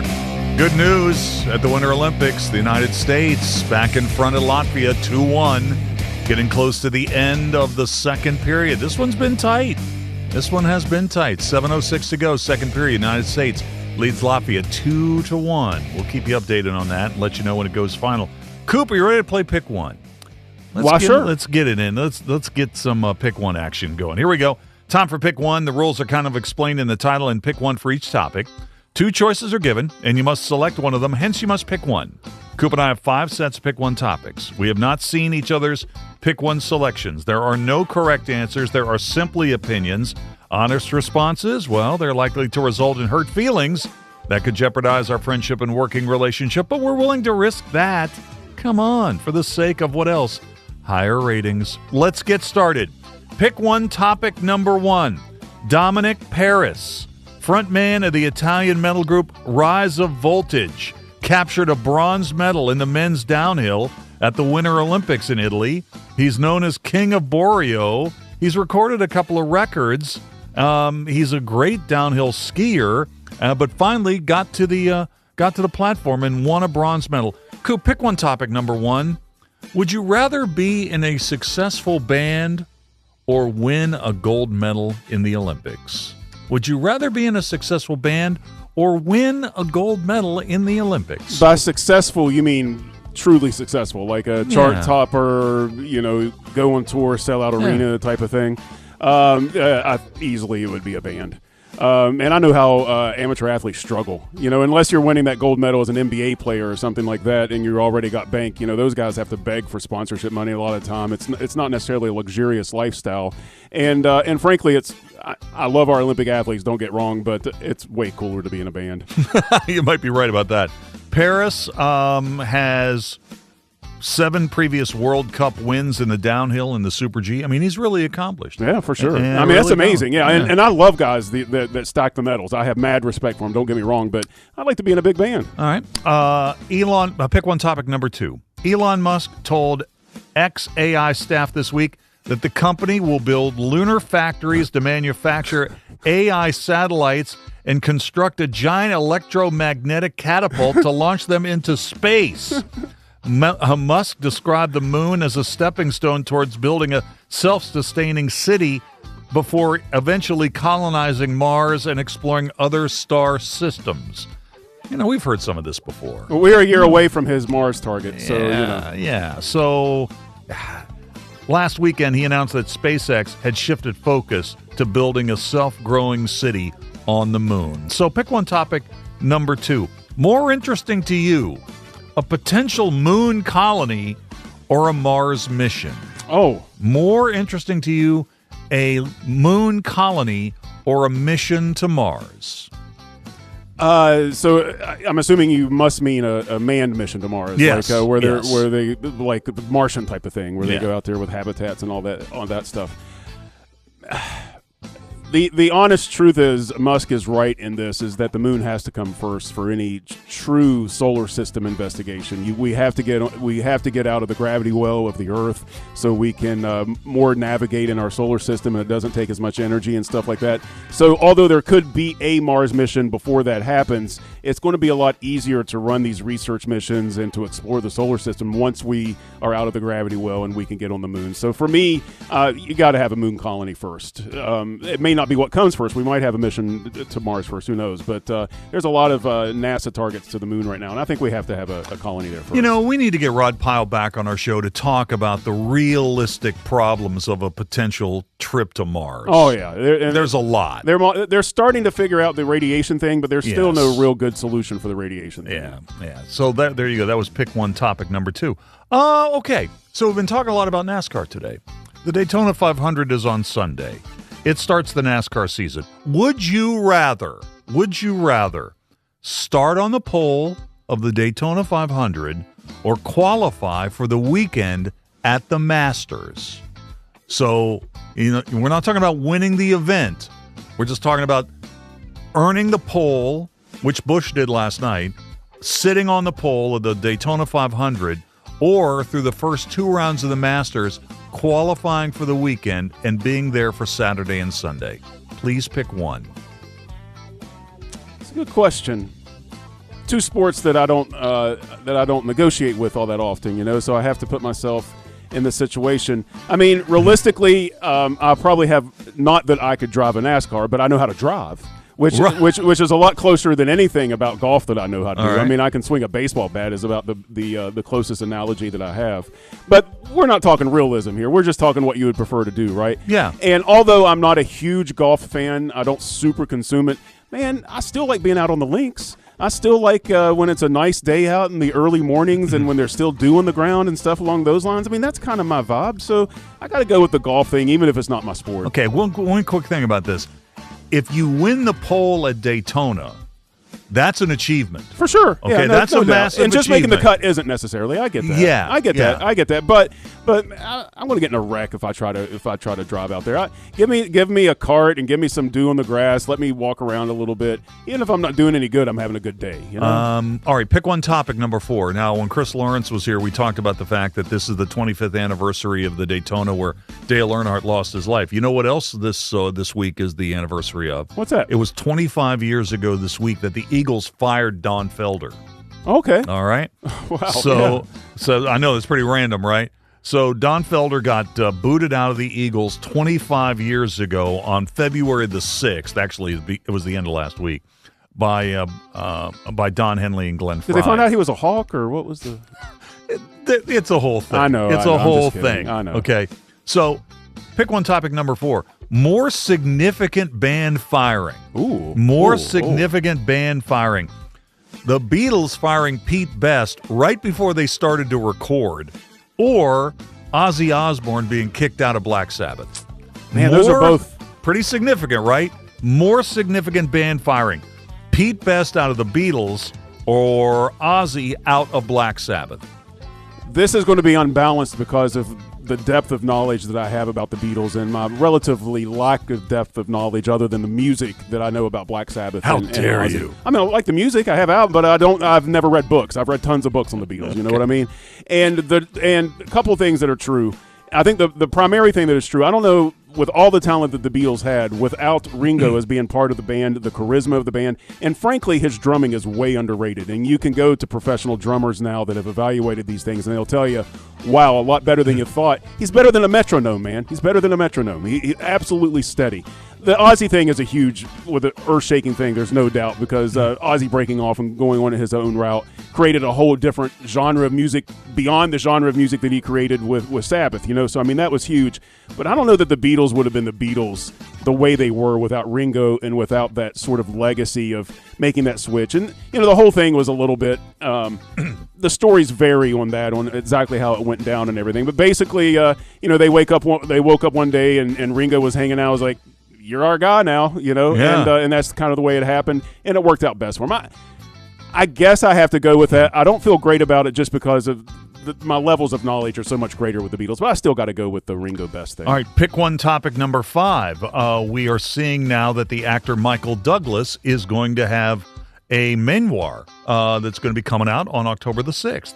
So, I mean, he's had an unbelievable career. I got a beef with his family, but anyway. Oh, you do? Well, you know, Bing Douglas, the press box at Walpole Park and all that stuff, you know. So Michael Douglas has got a book coming out. It'll be in October, talking about beating cancer, Catherine Zeta-Jones, you know, growing up in a famous family. 2-hour car ride, Coop. 2-hour car ride. Michael Douglas or Kirk Douglas? Michael Douglas or Kirk Douglas? Please pick one. My problem is I don't know who they are beyond their movie personas all that much. You know, I don't follow their personal lives all that much, so I don't know. So I have to go with what I know about their movies, right? Give me a 2-hour car ride with Snake. Are you kidding me? Are you kidding me? It's got to be a 2-hour. And plus, he was in that movie with Robin Williams where they did the football thing. And Kurt Russell's been in a ton of great movies. No, you're talking about Kurt, not Michael Michael Douglas. You're right. I was Russell, not Douglas. I'm sorry. In my whole life, I've gotten them confused. Okay, in that case, I have to go with Michael Douglas.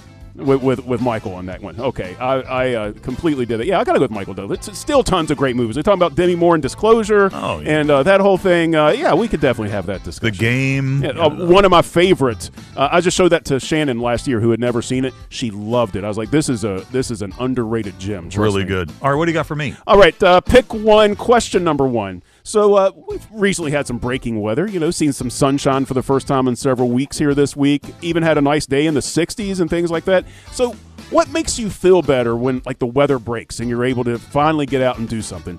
Would you rather have, pick one, a full exterior and interior cleaning of your vehicle or a full-service haircut?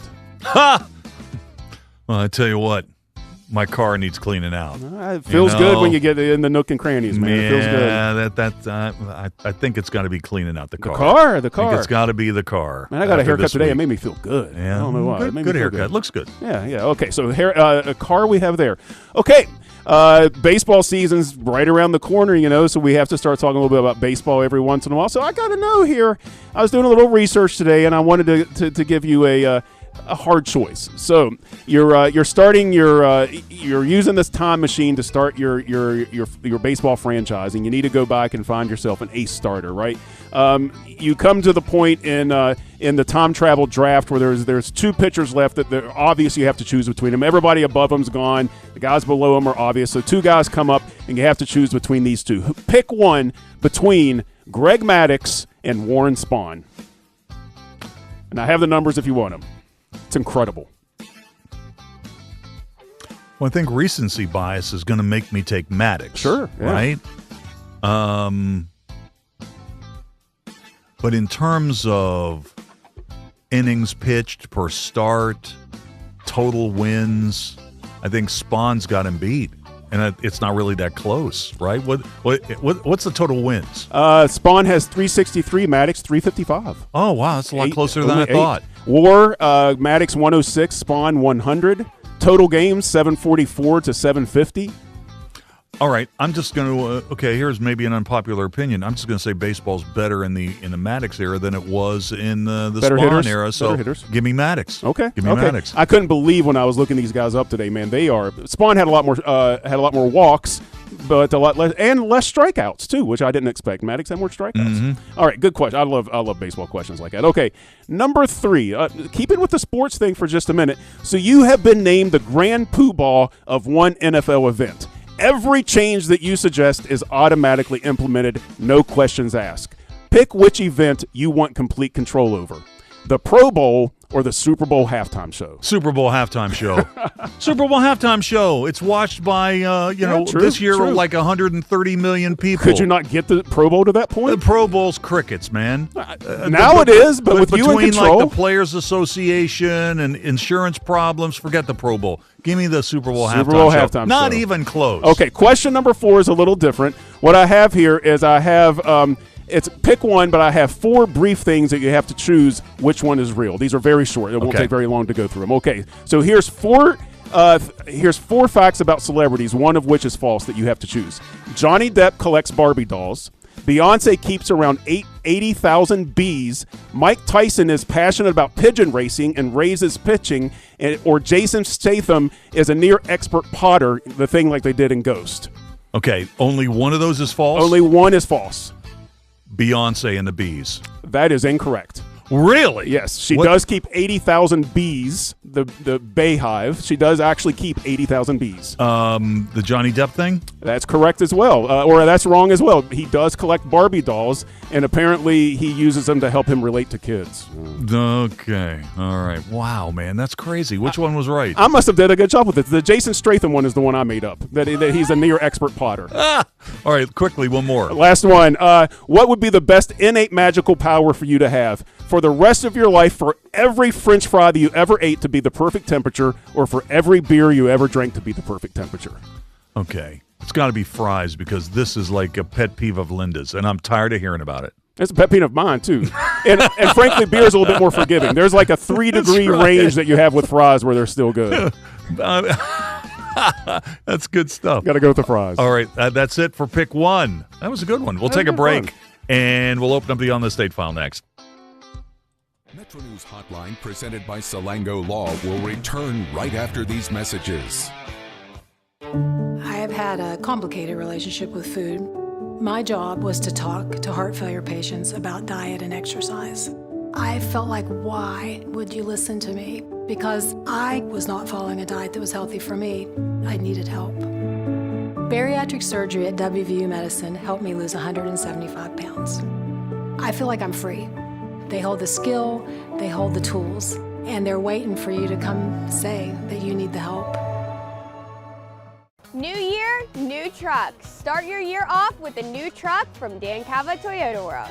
Now lease a 2025 Tacoma for as low as $299 a month. Save over $7,500 off on select Tundras or get 2.99% for 72 months.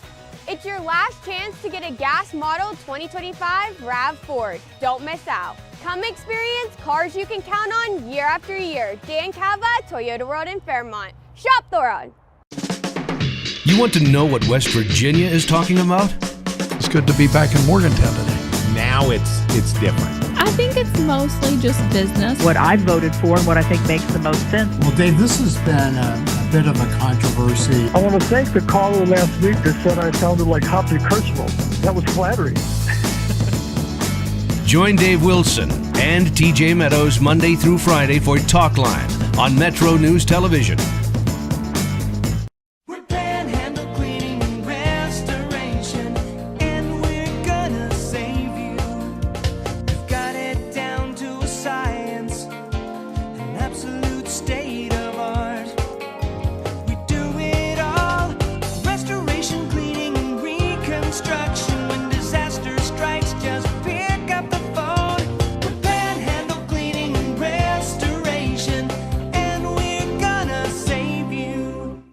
Leading the efforts to build a stronger West Virginia, the High Technology Foundation has a proven plan to strengthen and diversify our state's economy. The I-79 Technology Park's high-capacity infrastructure continues to attract advanced federal operations that are driving economic growth. This keeps our young, educated residents in the state and brings West Virginians home. The High Technology Foundation, building a stronger West Virginia.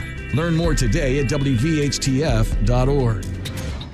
Stike Wealth Enhancement Group is now Wealth Enhancement, and we craft detailed financial plans for people like you because you're building your retirement your way. You deserve advice that's built to handle what your life brings.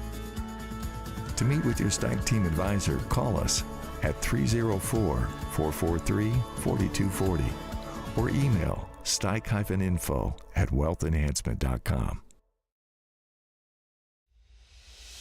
On the next State of Minds. My dad always said, don't let any one individual control your destiny, what you do, what your value is. And I wasn't about to let Paterno do that to me.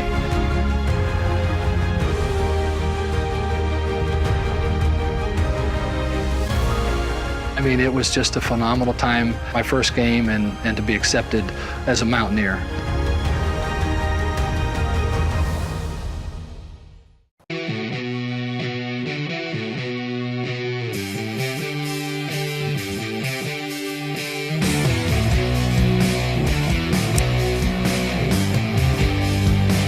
All right, welcome back to the show. Time to crack open the On This Date file. We'll start with the birthdays. We'll start with the sports birthdays. Brent Jones of the Niners. He was on 3 Super Bowl teams for the 49ers, 63 years old today. Lincoln Kennedy, big offensive tackle, primarily with the Raiders, 55. Talking about NASCAR guys, Brad Keselowski, 42. RG3, Robert Griffin III, won the Heisman. He's 36 years old today. Josh Brolin from entertainment, 58 years old. Arsenio Hall is 70 years old today. That's unbelievable. Christina Ricci, 46. Gucci Mane, 46. Birth anniversaries. Bill Russell, born in the state in 1934. He died in late July of 2022 at the age of 88. Here he is when he was named as the player coach of the Celtics in 1966. I don't anticipate any problems with the guys, because one thing that we've always had in the Celtics is mutual respect. And we think that's the most necessary ingredient for a winning combination. All right, also, on this date, 1964, the Beatles' first New York City concert at Carnegie Hall. Catch this report on how the Beatles got to the arena. School was out literally at Penn Station. 1,500 screaming youngsters were on hand waiting for their heroes, the Beatles. A veteran police officer called the mob festive but potentially dangerous. But that did not deter either the fans or, according to police, publicity men for the Beatles, who allegedly provided buses to bring the fans to the plaza. Police cordons were broken down at one point by near hysterical teenagers. One girl was trampled and taken to Roosevelt Hospital, where she was said not to have been seriously hurt.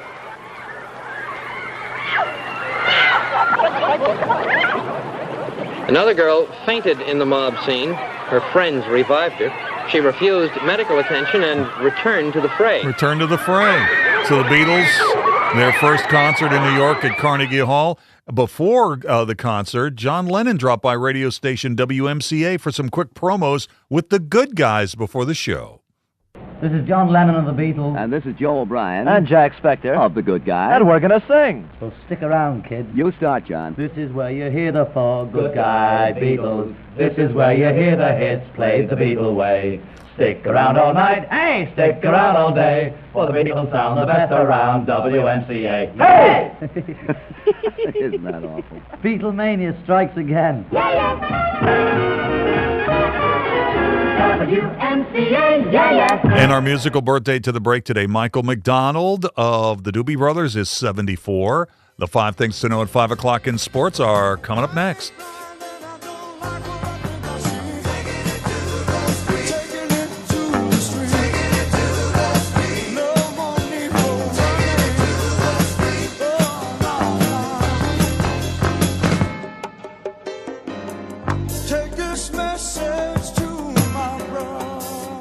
This is Hotline, presented by Salango Law on Metro News, the voice of West Virginia. New year, new trucks. Start your year off with a new truck from Dan Cava Toyota World. Now lease a 2025 Tacoma for as low as $299 a month. Save over $7,500 off on select Tundras or get 2.99% for 72 months. It's your last chance to get a gas model 2025 RAV4. Don't miss out. Come experience cars you can count on year after year. Dan Cava, Toyota World in Fairmont. Shop the road. Steig Wealth Enhancement Group is now Wealth Enhancement. We believe retirement starts with a plan. Saving for college starts with a plan. Your legacy starts with a plan. Do you have the right plan? Call our team at 304-443-4240 or email steig-info@wealthenhancement.com. Leading the efforts to build a stronger West Virginia, the High Technology Foundation has a proven plan to strengthen and diversify our state's economy. The I-79 Technology Park's high-capacity infrastructure continues to attract advanced federal operations that are driving economic growth. This keeps our young, educated residents in the state and brings West Virginians home. The High Technology Foundation, building a stronger West Virginia. Learn more today at WVHTF.org. Coming to Parkersburg High School, February 6th and 7th. Who are the toughest men and women in the state of West Virginia? Watch Tough Man live on Metro News Television to find out. Featured fights, top 5 finishes, and event archives. Download Metro News Television on iPhone, iPad, Android, Roku, LG TV, Apple TV, Fire TV, and select Samsung Smart TVs. Find out more at WVMetroNewsTV.com. Start your new year off right with a new ride from Dan Cava GMC. Come explore our 2026 GMC Acadias. Spacious, smooth, and made for everyday life. It's truly a fan favorite. Drive into winter with a new 2026 GMC Sierra, now up to $12,000 off, or lease as low as $499 a month. So upgrade your ride this year with us at Dan Cava GMC in Bridgeport. Shop the road. I have had a complicated relationship with food. My job was to talk to heart failure patients about diet and exercise. I felt like, why would you listen to me? Because I was not following a diet that was healthy for me. I needed help. Bariatric surgery at WVU Medicine helped me lose 175 pounds. I feel like I'm free. They hold the skill, they hold the tools, and they're waiting for you to come say that you need the help. It's high school basketball season, and Metro News Television has you covered. Rivalries, buzzer beaters, classic hardwood competition. Watch live and on demand from gyms across the Mountain State. Stream Metro News Television on your iPhone, Android, Roku, Apple TV, Fire TV, LG TV, and select smart TVs. Or visit MetroNewsTV.com for more information. High school basketball lives here on Metro News Television. Lions.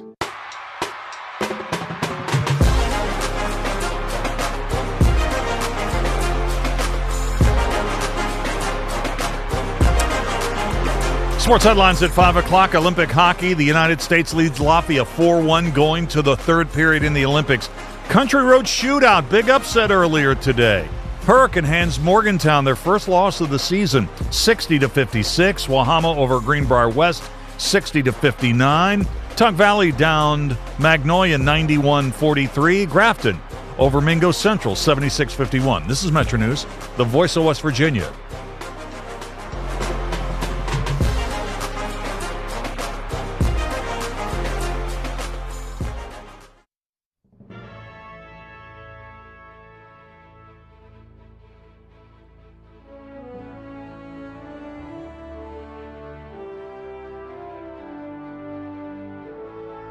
Hoppy Kercheval, 5:55 a.m. How early did you get in that day, by the way? Probably 3:30. How long did you do sign-on shift? I signed on like 7 years. Not all. 6 days a week for 7 years. Lightweight. I know. Couldn't do it now. Now when I wake up at 3:30 is to go to the bathroom. And go back to bed.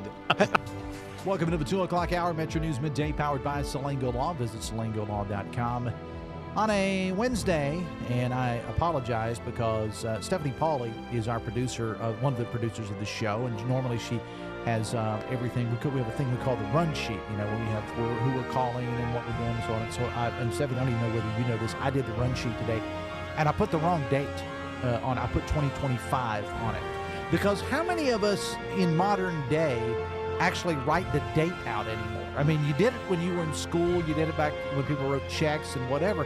This may have been the first day that I have written the date down, and I was responsible for putting together the sheet. And my co-host, the lovely and talented AB, starts the show by saying January 24th, 2025, because she read it directly off the sheet. And it is indeed the year of our Lord, 2026. Oh, yeah, he did find something out. Sonia, you're related to Thomas Jefferson? Well, no, I'm not related to Thomas Jefferson, but I am related to Samuel Kercheval, who was a historian. I'm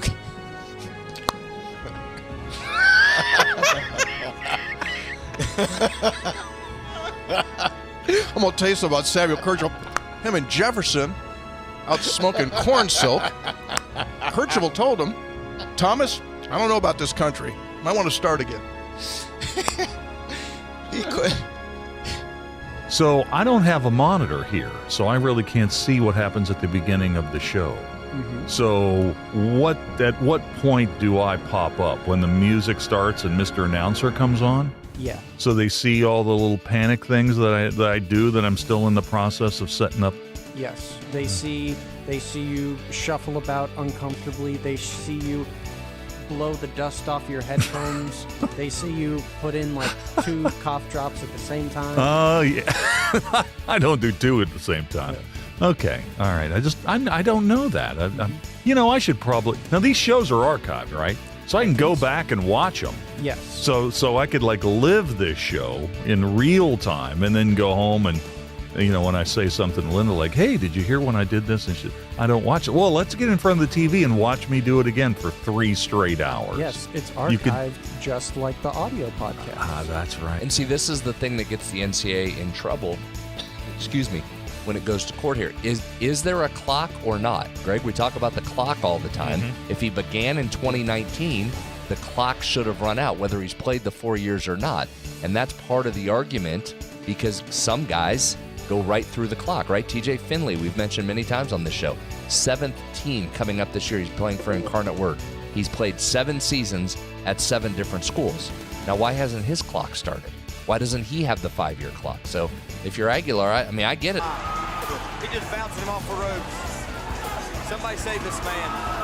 Oh, my Lord. Oh.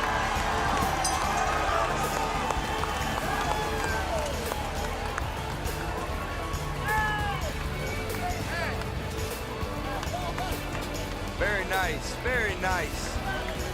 He hit him with everything he didn't want. –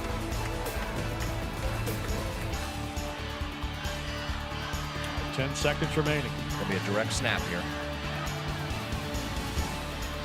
Snap back. It's Tyler. Tyler fakes the run. He throws. He's got an open man. Pass top 10. 5. End zone. It's a touchdown. Pulled in by Nestor. 3 seconds left. Are you kidding me with the play call right there by Kevin Whiteman? Again, forget the game-winning field goal. Whiteman says, we're going to try and win this thing right now. The direct snap to Tyler sucked everybody up, and Nestor slips behind. What an unbelievable gutsy play call, and then perfect execution by these Falcons. Things aren't always going to be great. And sometimes, you can work really, really hard and it's still not great. You're still not successful. But, if you continue to do it, one way or another, things are going to be work out.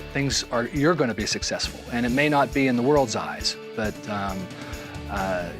God's made us this way. He's blessed us with so many things. And I think that's one of our attributes that we need to have is we're going to continue to work. We're going to continue to work hard. And if it doesn't work out exactly how we want, just keep plugging away because God's got better plans.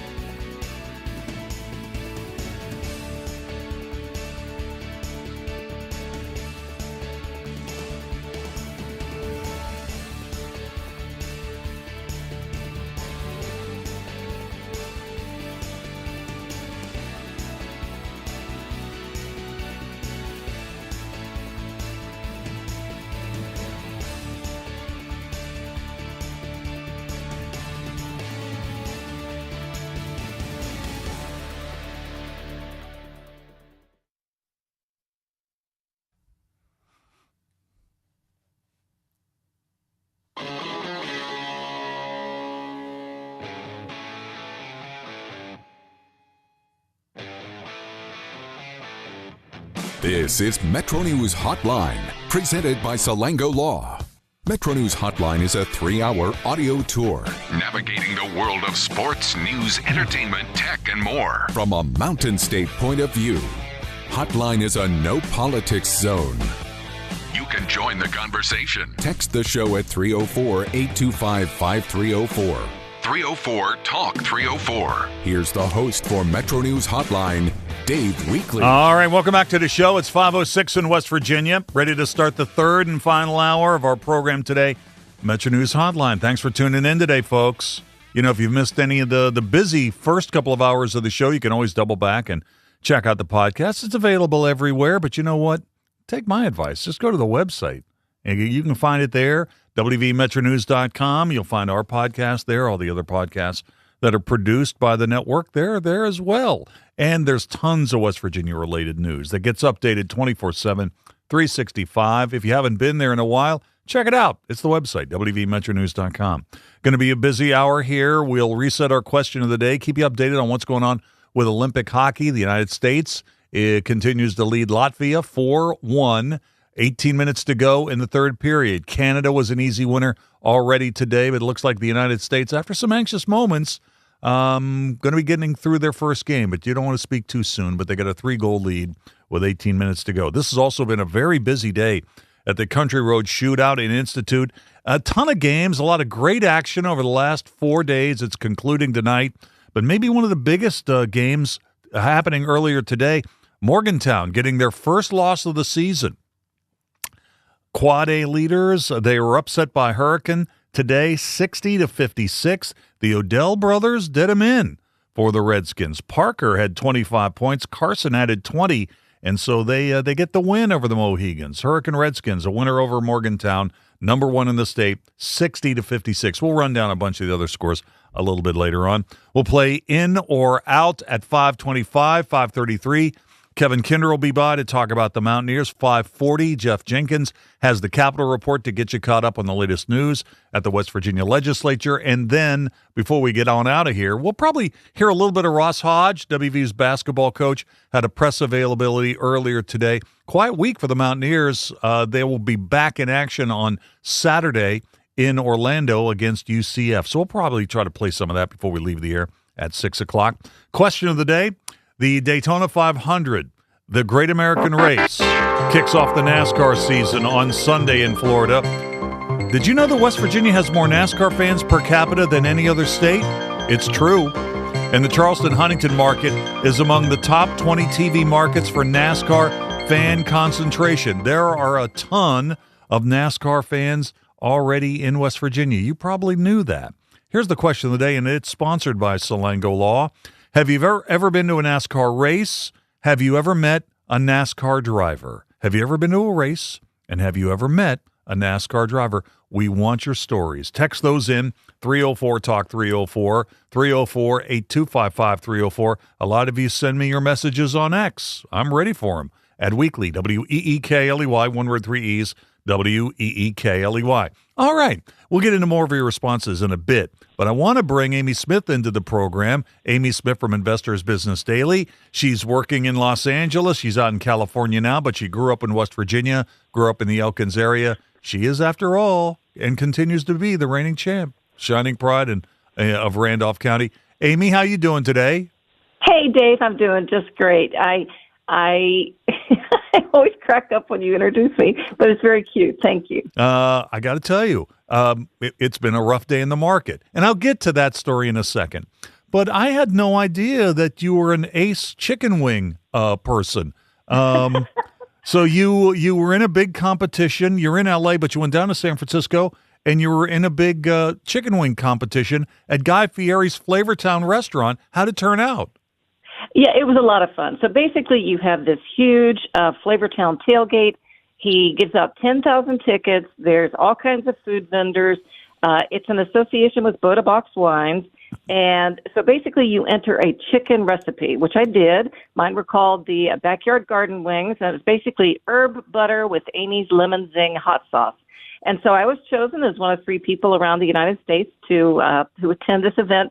And it was just a hoot. I mean, there was, Eli Manning, there was the Gronk, There were other people throwing out footballs and T-shirts. We were all up on stage. It was judged by some former NFL players, and so it was just a hoot. They made 4,000 of my wings to give to the people that came to the party. So it was a lot of fun, a lot of music, a lot of food. It was great. That's a great story. I almost rather, the way the action in the market was going today, I'd almost rather talk about wings than the financial markets today.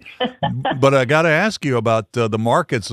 Suddenly the Dow is underwater now for the year. We're back under 50,000. What'd you think of the market action today? Yeah, you know what happened, Dave?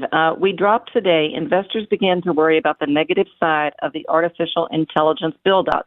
Now, what does that mean? It means like financial stocks like Morgan Stanley and others came under pressure that AI would disrupt like their wealth management businesses. Why do we need a wealth manager if AI can sort of answer a lot of my questions? Exactly. We had the trucking group, and logistics like C.H. Robinson. They plummeted that AI would start streamlining the freight operations. So, thereby, weighing on certain revenue lines.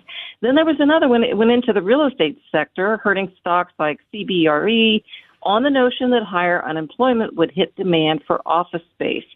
And all of this is they're looking at sort of the negative side of AI rather than, we've been playing the Magnificent Seven, which is the real positive side.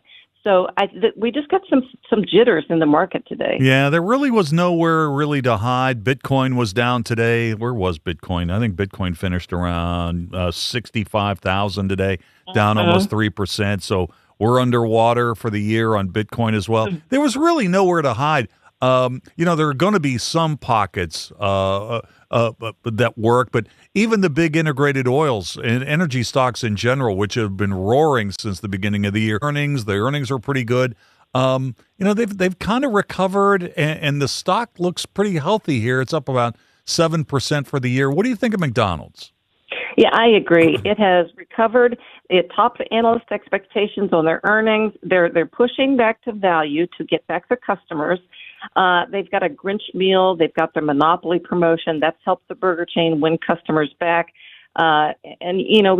People that are cutting back on their spending are going to McDonald's. So they've been very successful in trying to convert. And the chart, Dave, you're right. The last couple of weeks, McDonald's has moved higher. So it's a stronger stock right now. Hey, I got one for you. I've been looking at this today too. It's an ETF that's about ag business, and the symbol is MOO, M-O-O. It's easy to remember.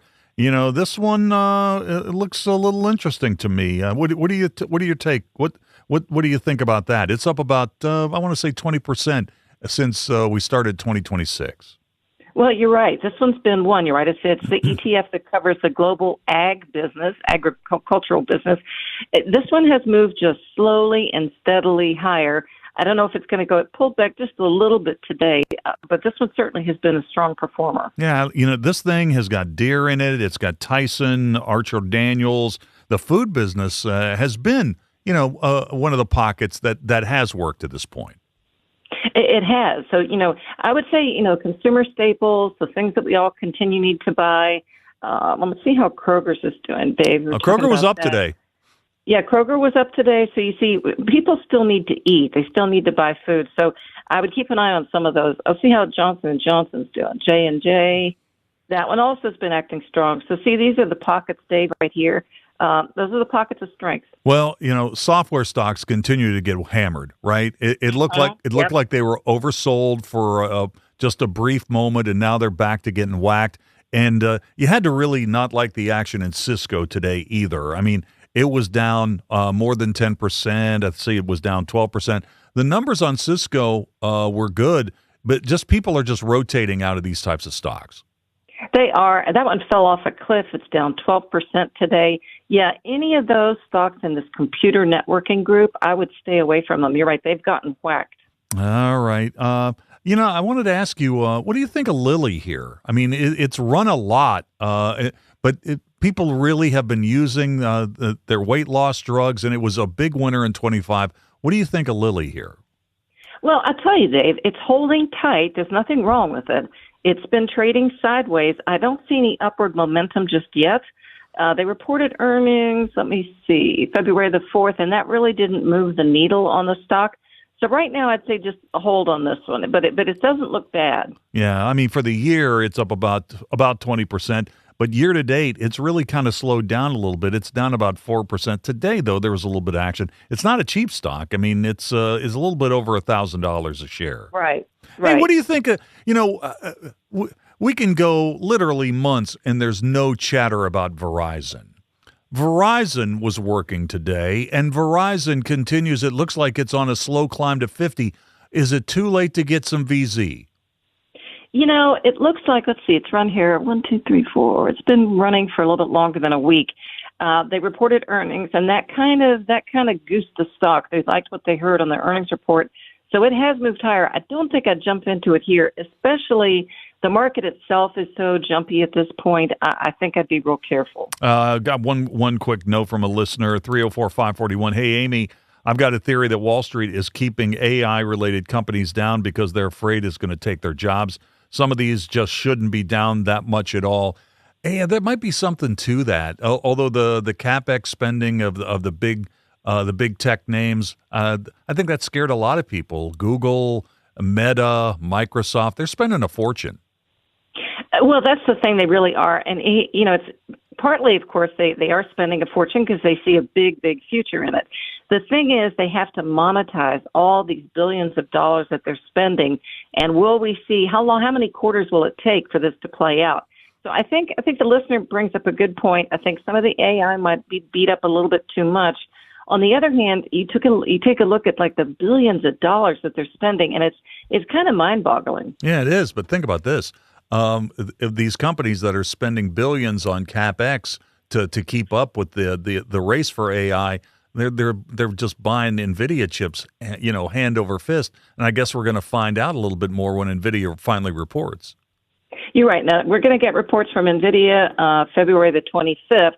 So pretty soon, Dave, you and I will be talking about that. They're really the latest one in the whole group to report. So NVIDIA's been hanging in there, not going down too much. Let's just wait and see. All right. Hey, well, congratulations on your prowess with the chicken wings, Amy. I had no idea. You've been holding out on me all these years. Well, I'll have to come into Charleston and cook you a batch of wings. You and Dale, I have to get you guys some wings. We're going to hold you to that. Okay. Amy, thanks for coming on the show today. I do appreciate it.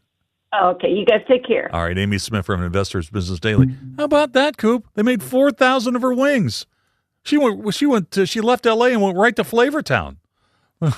Oh man! All right, let's take a quick break. We're coming back with more in a moment. You can call us at 800-765-8255. Text us at 304-825-5304. Or tweet at WEEKLEY. This is Hotline, presented by Salango Law on Metro News, the voice of West Virginia. Leading the efforts to build a stronger West Virginia, the High Technology Foundation has a proven plan to strengthen and diversify our state's economy. The I-79 Technology Park's high-capacity infrastructure continues to attract advanced federal operations that are driving economic growth. This keeps our young, educated residents in the state and brings West Virginians home. The High Technology Foundation, building a stronger West Virginia. Learn more today at WVHTF.org.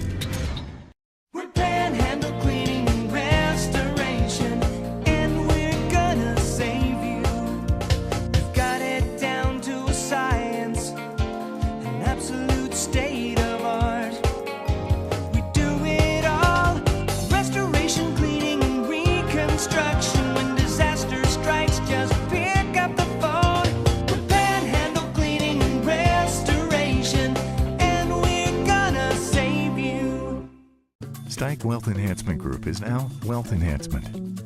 We believe retirement starts with a plan. Saving for college starts with a plan. Your legacy starts with a plan. Do you have the right plan? Call our team at 304-443-4240 or email stike-info@wealthenhancement.com.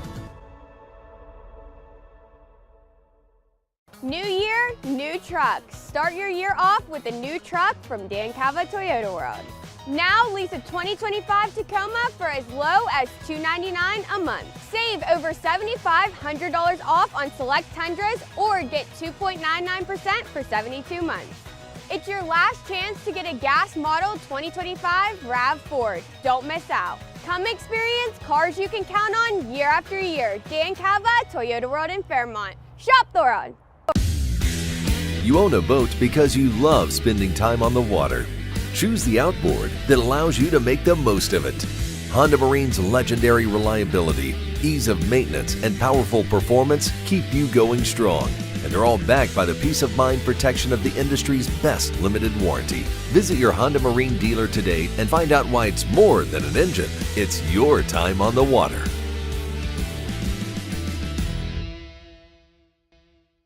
I have had a complicated relationship with food. My job was to talk to heart failure patients about diet and exercise. I felt like, why would you listen to me? Because I was not following a diet that was healthy for me. I needed help. Bariatric surgery at WVU Medicine helped me lose 175 pounds. I feel like I'm free. They hold the skill, they hold the tools, and they're waiting for you to come say that you need the help. Start your new year off right with a new ride from Dan Cava GMC. Come explore our 2026 GMC Acadias. Drive into winter with a new 2026 GMC Sierra. Dan Cava GMC in Bridgeport. Shop the world. Download Metro News Television on your iPhone or Android. Search Metro News Television in your app store. Create an account today to get alerts and watch all live and archived content. Download now. Of West Virginia.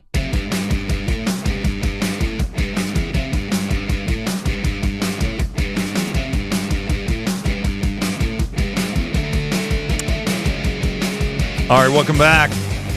Time to play a little in or out. Coop, I tell you, Matt Guitar Murphy coming in hot. Just back from over at the Country Road Shootout where you saw those Odell brothers from Hurricane High took down Morgantown today, didn't they? They sure did. Yeah, a lot of good games over there today. It was a good time. Play in or out. Every day at this time, we focus on the stuff you talk about at the office. We call it in or out. The setup is simple. 3 categories: food or beverage, gut reaction. Finally, this one's about a celebrity. The topics of which change daily. Let's get started with food or beverage. Coop, are you ready to go? Yeah, I'm ready, man. Hardee's introducing new brioche breakfast sandwiches and iced coffee. All right. Brioche breakfast sandwiches. They've got a bunch of versions: bacon, egg, and cheese brioche, sausage, egg, and cheese, super bacon, super sausage, and then the monster brioche. Sausage, bacon, ham, and egg, cheese on a brioche bun. So, brioche breakfast sandwiches at Hardee's, in or out? I'm going to be in because I like breakfast sandwiches, and I like all those breakfast sandwiches. The only thing I'll say about brioche is, man, not to get too picky about these, that is a heavy calorie load for bread that's not that much better than regular bread. You know what I'm saying? I mean, it is a huge calorie load compared to like normal buns and things along those lines. And so that kind of, so when I have the opportunity to order something that's on brioche, I'll switch it out a lot of the time because you save like 150 calories just by getting a regular bun. Anyway, these sound pretty good. Otherwise, I'll be in. Look at Coop. He's a green elitist. Jeez. Well, that was just a throwback to when I was like ordering super healthy, but it still bothers me. It's like those things. I mean, that's empty calories. What do you need all that I'm for? going to say that you're probably you're not going to get the monster brioche. Is that fair? Probably not. Probably that's not. Probably true. Matt, what are your thoughts here? Hardee's brioche breakfast sandwiches, in or out? Here's my thing with Hardee's. They leave the eggs in the warmer too long sometimes. And I don't know if you've ever eaten a hardened, liquefied egg that is hard to chew, but it's not that great. If it's a good Hardee's, this sounds amazing. Hardee's has just done me wrong many times. So I will be only slightly in. Just like my pinky toe in. You know what? You sound like Hardee's is your ex-girlfriend. Well, it could be a lot better. It could be a lot better. I got a Hardee's near my house. I kind of think their breakfast is kind of underrated. I'm going to be in. Gut reaction is next. Platonic Valentine cards surging as friends replace romance on February the 14th. Platonic Valentine's cards sent to friends and family have increased by 30% in a year.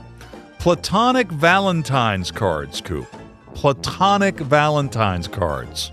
It's just a scam from the greeting card industry because Valentine's cards were slowing down. It's a made up holiday, and they just made up another vein of the holiday. Yeah, I'm completely out on this. Matt, Platonic Valentine's Day cards, in or out? Well, look, on the one hand, I'd like to be on the big card company train here and be like, oh, yeah, this is great. I also Happy Galentine's Day. Look, Coop kind of hit the nail on the head here. I like it. I like that you're giving cards to your friends, but if you just didn't do it, maybe Valentine's Day would just go away. Oh, So I'm out. I'm out. Platonic Valentine's Day cards. Yes, they're a scam. Yeah. Yes, they're a scam. But you're doing something nice for somebody else, and I guess we need more of that, especially now. So I'll be slightly in. You don't see any Valentine's card. Like if you go back to like what Valentine's Day actually is, you don't see anything that's actually related to that in any way, shape, or form. It's all become like the greeting card portion of the holiday. I know. You're right. Big greeting card. Yeah. They're out to get our money. This one's about a celebrity. Jason Momoa is going to headline the action film Hell Divers, based on the hit video game. Sony Pictures and PlayStation Productions are putting the movie together. By the way, Jason Momoa, Coop, you've seen it. He's in that movie with Dave Bautista, The Wrecking Crew, that's on Amazon Prime right now. Well, let's talk about Jason Momoa. Let's talk about Aquaman. In or out? Everybody calls him Aquaman. He was Conan too. He took over the mantle of that, and he was part of Game of Thrones. You know what? This guy, The Wrecking Crew. I watched that on Amazon. It's the first movie I saw him in where maybe they took the shackles off of him having to just be like, the beefcake or whatever. He was hilarious. So funny. That movie in general is just really funny. I've become kind of a late fan of his, to be honest with you. I got to be in. What do you think about this, Matt? What do you think about Jason Momoa? I'm working on growing my Jason Momoa hair out here. As for the muscles, it's yet to be determined. That said, it's a good-looking man. He is strong. He is a good-looking man. Funny. Right. Women like him. I'm in. Yeah, people buy tickets. I mean, he's in the Fast and the Furious franchise. Oh, yeah. He's in Dune, right? He was in Dune. Yeah, so he's the star of Hell Divers and with Dave Bautista in The Wrecking Crew. I want to watch that. I haven't seen that yet. It's really good. I want to watch that. A lot. Yeah, and Linda likes Aquaman. You know, I hate that movie. Now you know why. Yeah, now I know why. Matt, thank you, brother. Absolutely. We'll take a break. This is Metro News, the voice of West Virginia.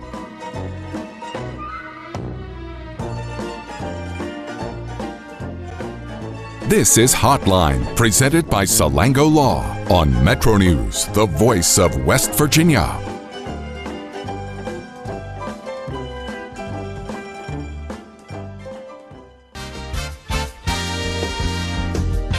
West Virginia Metro News, I'm Morgan Pemberton. West Virginia is among other states who have denied the U.S. Department of Justice's request for detailed voter data for registered voters. Secretary of State Chris Warner denied the request Wednesday that asked for residents' social security number, driver's license numbers, names, birthdays, and addresses. Warner explains the reason for the request. They say they want to enforce the law, the voter registration list laws. We're already doing that. We've removed 408,000 names from our voting rolls in the last 8 years. We've added 350,000 newly registered voters. Warner said he denied the request because it would violate the law in the state.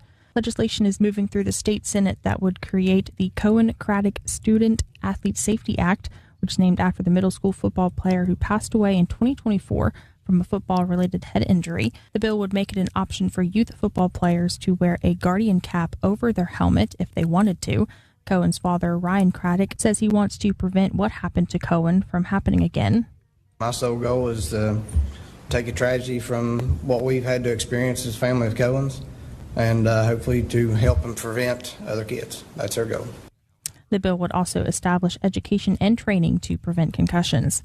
You're listening to Metro News. For 40 years, the voice of West Virginia. Come on, Liam, let's go. Get open. Come on, go for it. Wake up. Wake up, Liam. Oh, come on, use your head. Gotta want it. Dominate!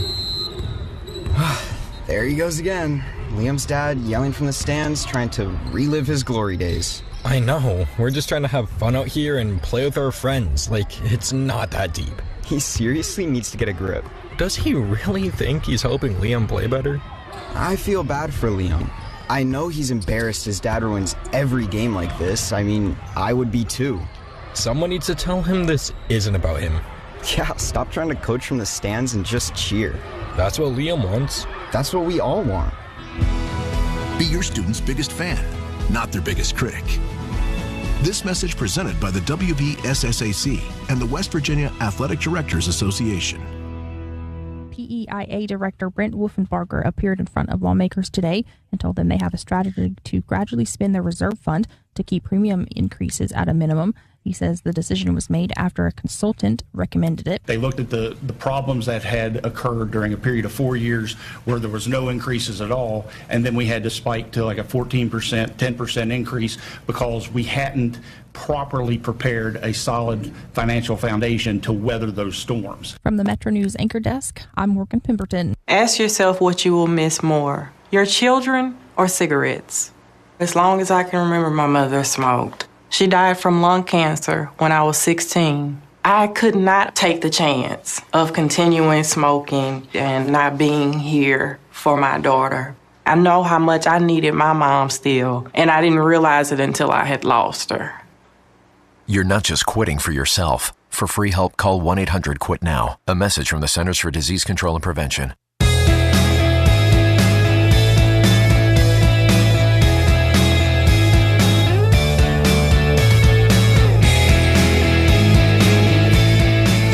All right, welcome back to the show.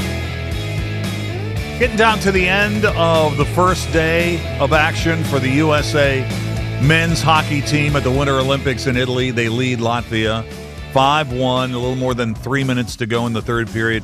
You know, the United States broke this open with a flurry of goals after the game was tied for the first 10 minutes of the second period at 1. And looking pretty good. Canada was also a winner today. And also, it's been a busy day at the Country Roads shootout at Institute. I mean, it's been 4 days of wall-to-wall basketball out there. But busy day, probably the biggest game, well, clearly the biggest game that's getting a lot of attention today is Morgantown, number one team in Quad A, getting their first loss of the season. The Odell brothers from the Hurricane Redskins did them in 60-56, the final. Hurricane a winner over the Mohegans. Wahama beat Greenbrier West 60-59. Tug Valley over Magnolia 91-43. Grafton beat Mingo Central earlier today, 76-51. There's a lot of coverage of this at the website, WVMetroNews.com. Just get over there on the website, click the sports tab, and dig into the high school section, and you'll see a lot of that stuff.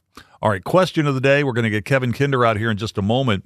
Question of the day. Daytona 500 is Sunday. Did you know that West Virginia has more NASCAR fans per capita than any other state? It's true. In fact, the Charleston-Huntington TV market is among the top 20 television markets for NASCAR fan concentration. So the question of the day, and it's sponsored by Salango Law, have you ever been to a NASCAR race? Have you ever met a NASCAR driver? Have you ever been to a NASCAR race? Have you ever met a NASCAR driver? We've got a lot of response to this question today. You can weigh in on that too. 304-TALK, 304-304-8255, 304. I'm on Exit Weekly. WEEKLEY, one word, 3 E's, WEEKLEY. Jennings on X. Hey, Dave, yes, I've been to several races at Martinsville and the inaugural race at Kentucky Speedway. Man, that was 15 years ago now. That's hard to believe. Haven't met any of the drivers, but I did see Carl Edwards at Martinsville. Didn't say hello because he was in a hurry, but he did give us a wave. Todd on X. Dave, never met a driver, but I've been to races at Darlington and Pocono. Used to watch a lot of racing, but not as much these days. Let's see. Oh, Rocky. Dave, I used to regularly attend the races in Charlotte, Richmond, and at the Brickyard. I've met several drivers on those trips, but my favorite was meeting Richard Petty when he came to the race at Ona back in the early 70s. Got my picture with him when I was 9 years old, and it's hanging proudly in my house. We have a lot of response to this. Let's get Kevin Kinder, BlueGoldNews.com in here. How you doing today, Kevin? I'm doing great, Dave. I was just trying to decide, always note that it gets really busy when the end of football season and basketballs overlap. We might be in a time that's a little bit busier now. Basketball's coming down the stretch, baseball getting started, rifle heading for the last weekend of the regular season and pointing toward the postseason. It's really hopping. Hey, man, have you ever seen anything like the WVU women's basketball game last night against UCF? Over 100 points, just causing how many turnovers did West Virginia get last night? Not as many as you would expect with their huge number of points they scored off turnovers. Yeah, there you go. It was like almost every one they turned into points. So, and UCF, to be fair, they were down their top two scorers plus another player. They were, just barely had enough to, have enough players out there. So, it was, kind of misleading from that perspective. But West Virginia did what it needed to do. Took care of business, no stress, getting ready for a huge game against TCU. You know what? I used to call a lot of college women's basketball games. I don't think I've ever attended a game or called a game, a women's game, where over 100 points were scored. I think it's one or two I've been to, seen, in that thing. Of course, West Virginia was on the wrong end of one of those against UConn one time. Oh, that's right. That's right. I forgot about that. Kind of experienced those. But, hey, that's way in the past. This program has it going on right now, playing really well. So Ross Hodge, West Virginia's men's basketball coach, had a press availability today. Kind of a weird week. No game. They played last Sunday on Super Bowl Sunday, lost to Texas Tech, and they go to UCF in Orlando on Saturday. Any nuggets from the press availability? We're going to play a little bit of that in about 10 minutes. I think the one in terms of a news thing, Jackson Fields, while Hodge was not willing to commit yet that he is done for the season, all signs look like that is the case, that he's going to try to petition for another year of eligibility and come back, which I think at this point is good, just, because he had missed so much. And, it would be a shame to have him play his final year where he played in, 14 games, 13 games or whatever. So, looking forward a little bit. If Fields comes back, I like him. I like his game. I thought he had some decent potential, so that's not bad. Hey, look. As far as on the court, West Virginia's in a win or die situation, I feel like, in, terms of trying to make a run at the NCAAs. Can't afford another loss at this point. They've got to really go on a run here. Yeah, this is going to be the first of 4 remaining Quad 1 games for West Virginia when they play in Orlando on Saturday. Hey, what's your quick take on what do you think's going on with WVU baseball? They open the season tomorrow at Georgia Southern. They're just outside the top 25 in one poll. They're in it in another, and they're coming off back-to-back years where they've gone to the Super Regionals. What do you think? How big of a test are they going to get from Georgia Southern, do you expect? They'll get a solid test. Georgia Southern was picked mid-pack in their league, but they also, West Virginia goes to Liberty next weekend, which is another really good program. So these first 2 weekends, I think we're going to get a good look right off the bat. I think there's a couple important things for Mountaineer fans. Number one, don't be, surprised if WVU loses a couple games. They're not going to go on, most likely not on a huge winning streak like they did last year to start. And number two is, everyone's focusing on the transfer pitchers, and rightly so. WVU will be starting 3 pitchers that did not throw a pitch last year for the Mountaineers, including Maxiell, who's coming back off of surgery. It's another story of some big transfers in the field at position spots that have to come through for them. Matthew Graveline, Matt Einish from Ohio State and Ohio, respectively. Ty Hall is probably going to be the early starter at third base. Paul Schoenfeld came from Colorado State Mesa, I believe, was his previous location. So, yeah, the pitching is obviously always important to look at, but it's going to be position players too, newcomers to learn, and that we'll see how they affect the Mountaineers' fortunes this year. And Chanson Cole is going to get the start tomorrow night. He'll start the opener for WVU. Kevin, thanks for your time today. I do appreciate it. Sounds good, Dave. All right, Kevin Kinder from BlueGoldNews.com. Check him out on the web. All right, Jeff Jenkins joins us now with today's edition of the Capitol Report. This is the Metro News Capital Report, brought to you by AARP West Virginia.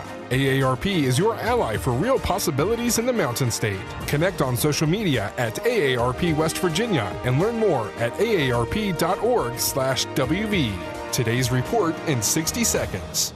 AARP is your wise friend and fierce defender as you age. Life changes fast, and so do the challenges. Scams are getting more sophisticated, and caring for loved ones can feel overwhelming. That's why AARP is here. We're working to help you protect your hard-earned money, sharing tips and tools to help you spot frauds and scams. Every day we're supporting family caregivers and fighting for things like expanded, affordable, high-speed internet service and ensuring access to home and community-based services that are so critical to family caregivers. With 250,000 members in communities throughout the Mountain State, AARP is your trusted advocate at the state capitol and beyond, fighting for policies that make life better for older adults and their families. Everyone in the Mountain State needs someone in their corner. That someone is AARP. For more information, connect with us on social media at AARP West Virginia or find us online at aarp.org/WV. Members of the House of Delegates Finance Committee getting a chance today to ask State Public Employees Insurance Agency Director Brent Wolfenbarger why the PEIA Finance Board voted a few months ago in favor of a 3% premium increase for state workers beginning in July instead of using the agency's reserve funds to finance the entire increase in costs. Wolfenbarger says they could have done that, but instead, they've decided to build the reserve fund and spend it down gradually to keep increases to a minimum. Wolfenbarger says state workers had a chance to comment on that strategy in public meetings last fall. Naturally, they weren't happy about any increase at all, but they appreciated the fact that we were actively trying to prevent having those double-digit increases in the future. So they understood and generally supported that modest increase. The Senate Education Committee had more discussion today about bills that would make changes to the school aid funding formula, but no action was taken. Committee Chair Amy Nicole Grady. There's no objection from anyone on the committee. Instead of laying it over, we'll just take no action. Kind of just leave off where we're at right now. We'll move on to the next bill, and we'll give some time to discuss with the lead sponsor. I'm Jeff Jenkins on Metro News for 40 years, the voice of West Virginia. This is Hotline, presented by Salango Law on Metro News, the voice of West Virginia. I have had a complicated relationship with food. My job was to talk to heart failure patients about diet and exercise. I felt like, why would you listen to me? Because I was not following a diet that was healthy for me. I needed help. Bariatric surgery at WVU Medicine helped me lose 175 pounds. I feel like I'm free. They hold the skill, they hold the tools, and they're waiting for you to come say that you need the help. New year, new trucks. Start your year off with a new truck from Dan Cava Toyota World. Now lease a 2025 Tacoma for as low as $299 a month. Save over $7,500 off on select Tundras or get 2.99% for 72 months. It's your last chance to get a gas model 2025 RAV4. Don't miss out. Come experience cars you can count on year after year. Dan Cava, Toyota World in Fairmont. Shop the road. The conversation starts long before the game. He doesn't do this to other guests, but every time I'm on here, he creates distractions. Disrespectful. With his phone. I mean, I have to have the phone on in case Pete Thamel breaks another story. Join Tony Carini, Brad Howe, and Hoppy Kercheval for Three Guys Before the Game. Metro News Television, available on mobile, Roku, Fire TV, smart TVs, and online at wvmetronews.com.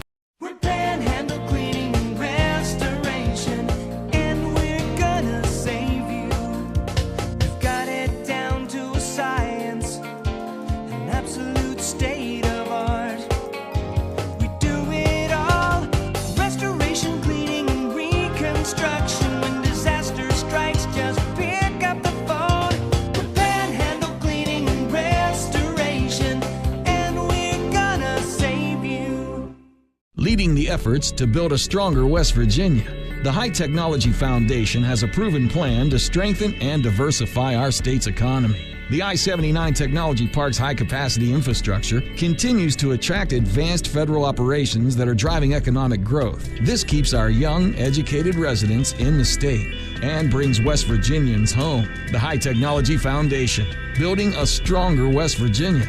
Learn more today at WVHTF.org. Stike Wealth Enhancement Group is now Wealth Enhancement. And we craft detailed financial plans for people like you because you're building your retirement your way. You deserve advice that's built to handle what your life brings. To meet with your Stike team advisor, call us at 304-443-4240 or email stike-info@wealthenhancement.com. On the next State of Minds. My dad always said, don't let any one individual control your destiny, what you do, what your value is. And I wasn't about to let Paterno do that to me.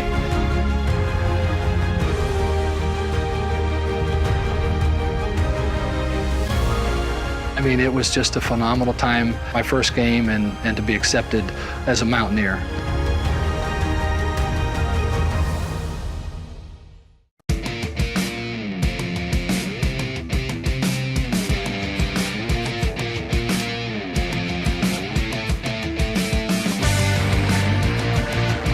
All right, welcome back to the show. About 13 minutes till the hour. So the United States men's hockey team has won their first game at the Winter Olympics in Italy. It was tight for a while, but they pulled away and beat Latvia today 5-1. So here's what's coming up next in Group C play for the U.S. men's hockey team. The United States team will be taking on Denmark. That will be on Saturday at 3:10. That's when the live coverage begins. And then they will play Germany. That'll be the only other team they haven't met to that point in Group C. They will play Sunday at 3:10. So to recap, the United States men's hockey team won today 5-1 to beat Latvia. They will take on Denmark on Saturday at 3:10 Eastern Time, and Germany a day later. That will be coming up at 3:10 as well. All right, WVU basketball. Mountaineers are on the road in Orlando this weekend to take on UCF. Ross Hodge, the Mountaineers basketball coach, had a media availability this week, or earlier today, actually. The Mountaineers have not played since losing to Texas Tech on Super Bowl Sunday last weekend. Here's a little bit of Ross Hodge today, his meeting with the media. That's a pretty broad.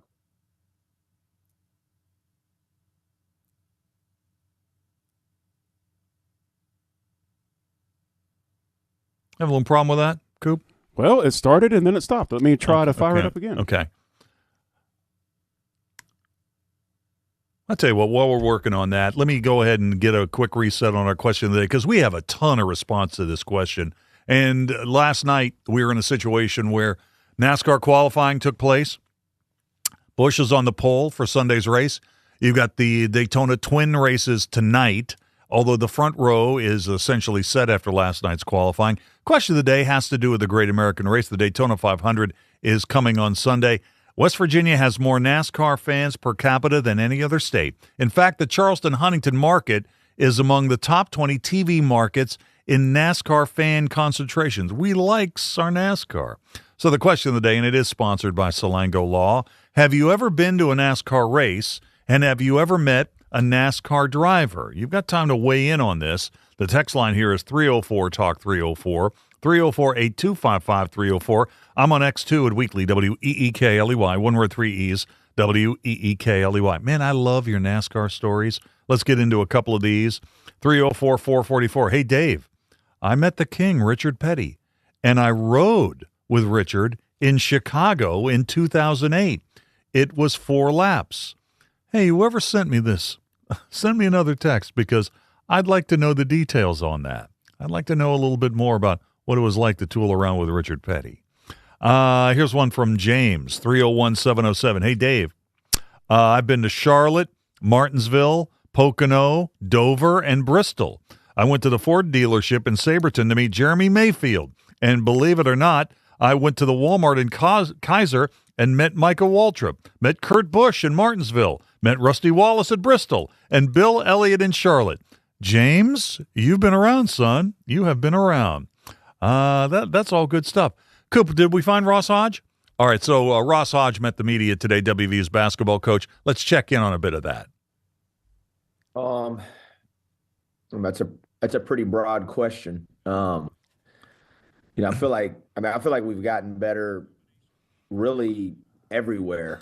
I feel like our collective understanding of what we're trying to do and defensive and offensive spacing has both really gotten better. I feel like individual players have gotten better, and where we can continue to improve is like in really all areas, individually, collectively. We've all got to just kind of keep improving, and I think there's a battle you got to fight this time of year, not internally all the time, but that you are kind of just what you are, and this is what you are.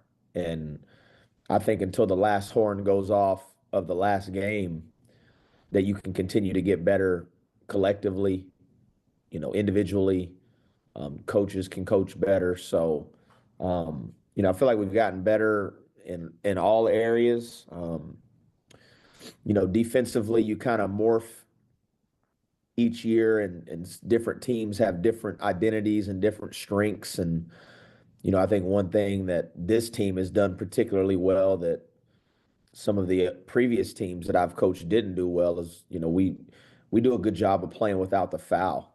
And we've consistently, done that well, and it's given us advantage. And we've made more free throws than our opponents have attempted in several games, and that's even with some of the struggles from the foul line. That could improve. Really cashing in on those opportunities when you get to the foul line. So,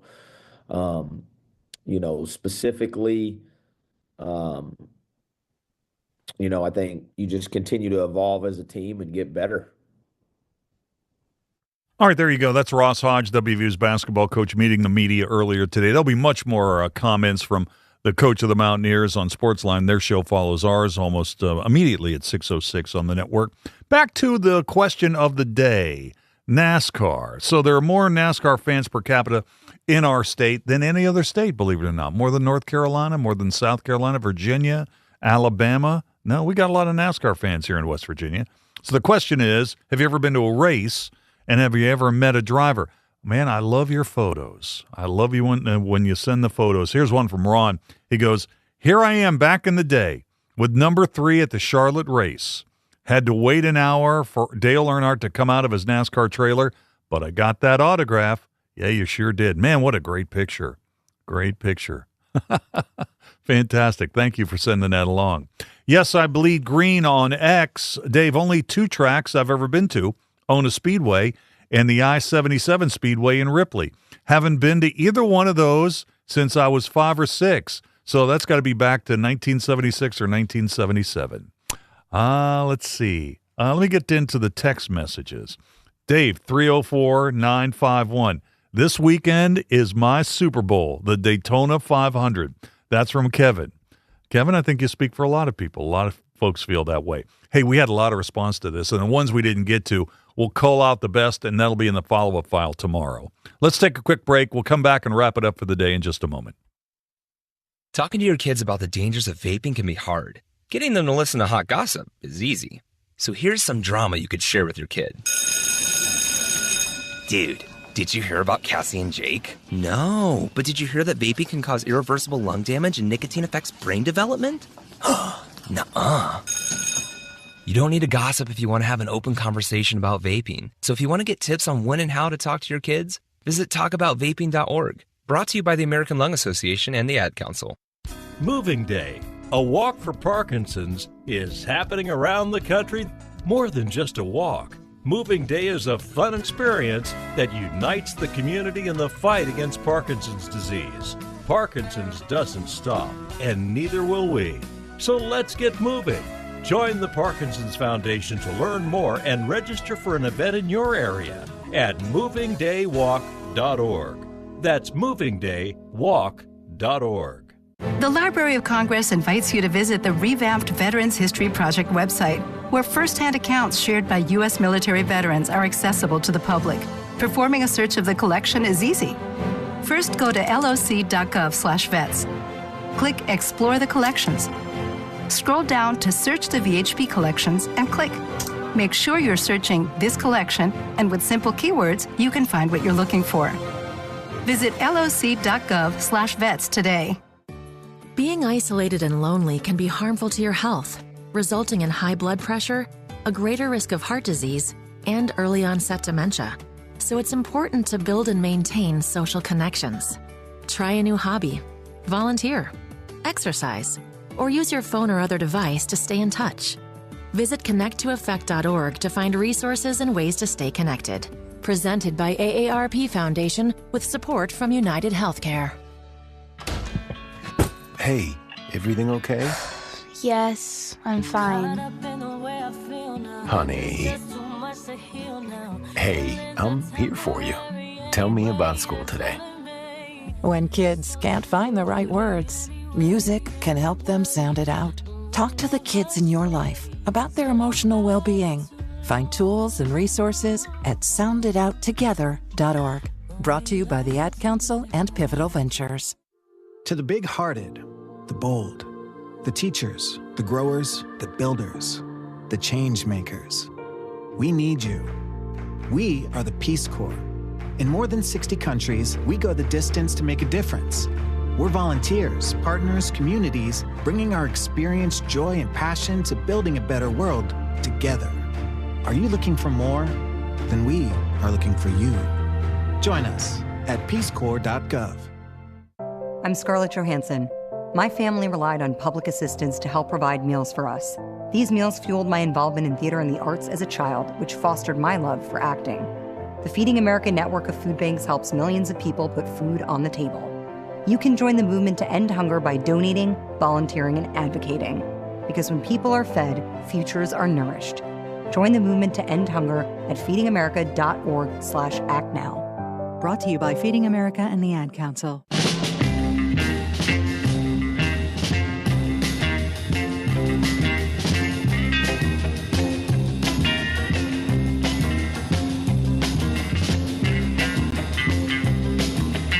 All right, folks, that's going to do it for the show today. We thank you so much for listening, sending your answers to our question of the day and more. Stay tuned for the news at the top of the hour. Sportsline is on the other side. My name's Dave Weekly. I'll talk to you tomorrow, beginning at 3:06, right here on Metro News, the voice of West Virginia.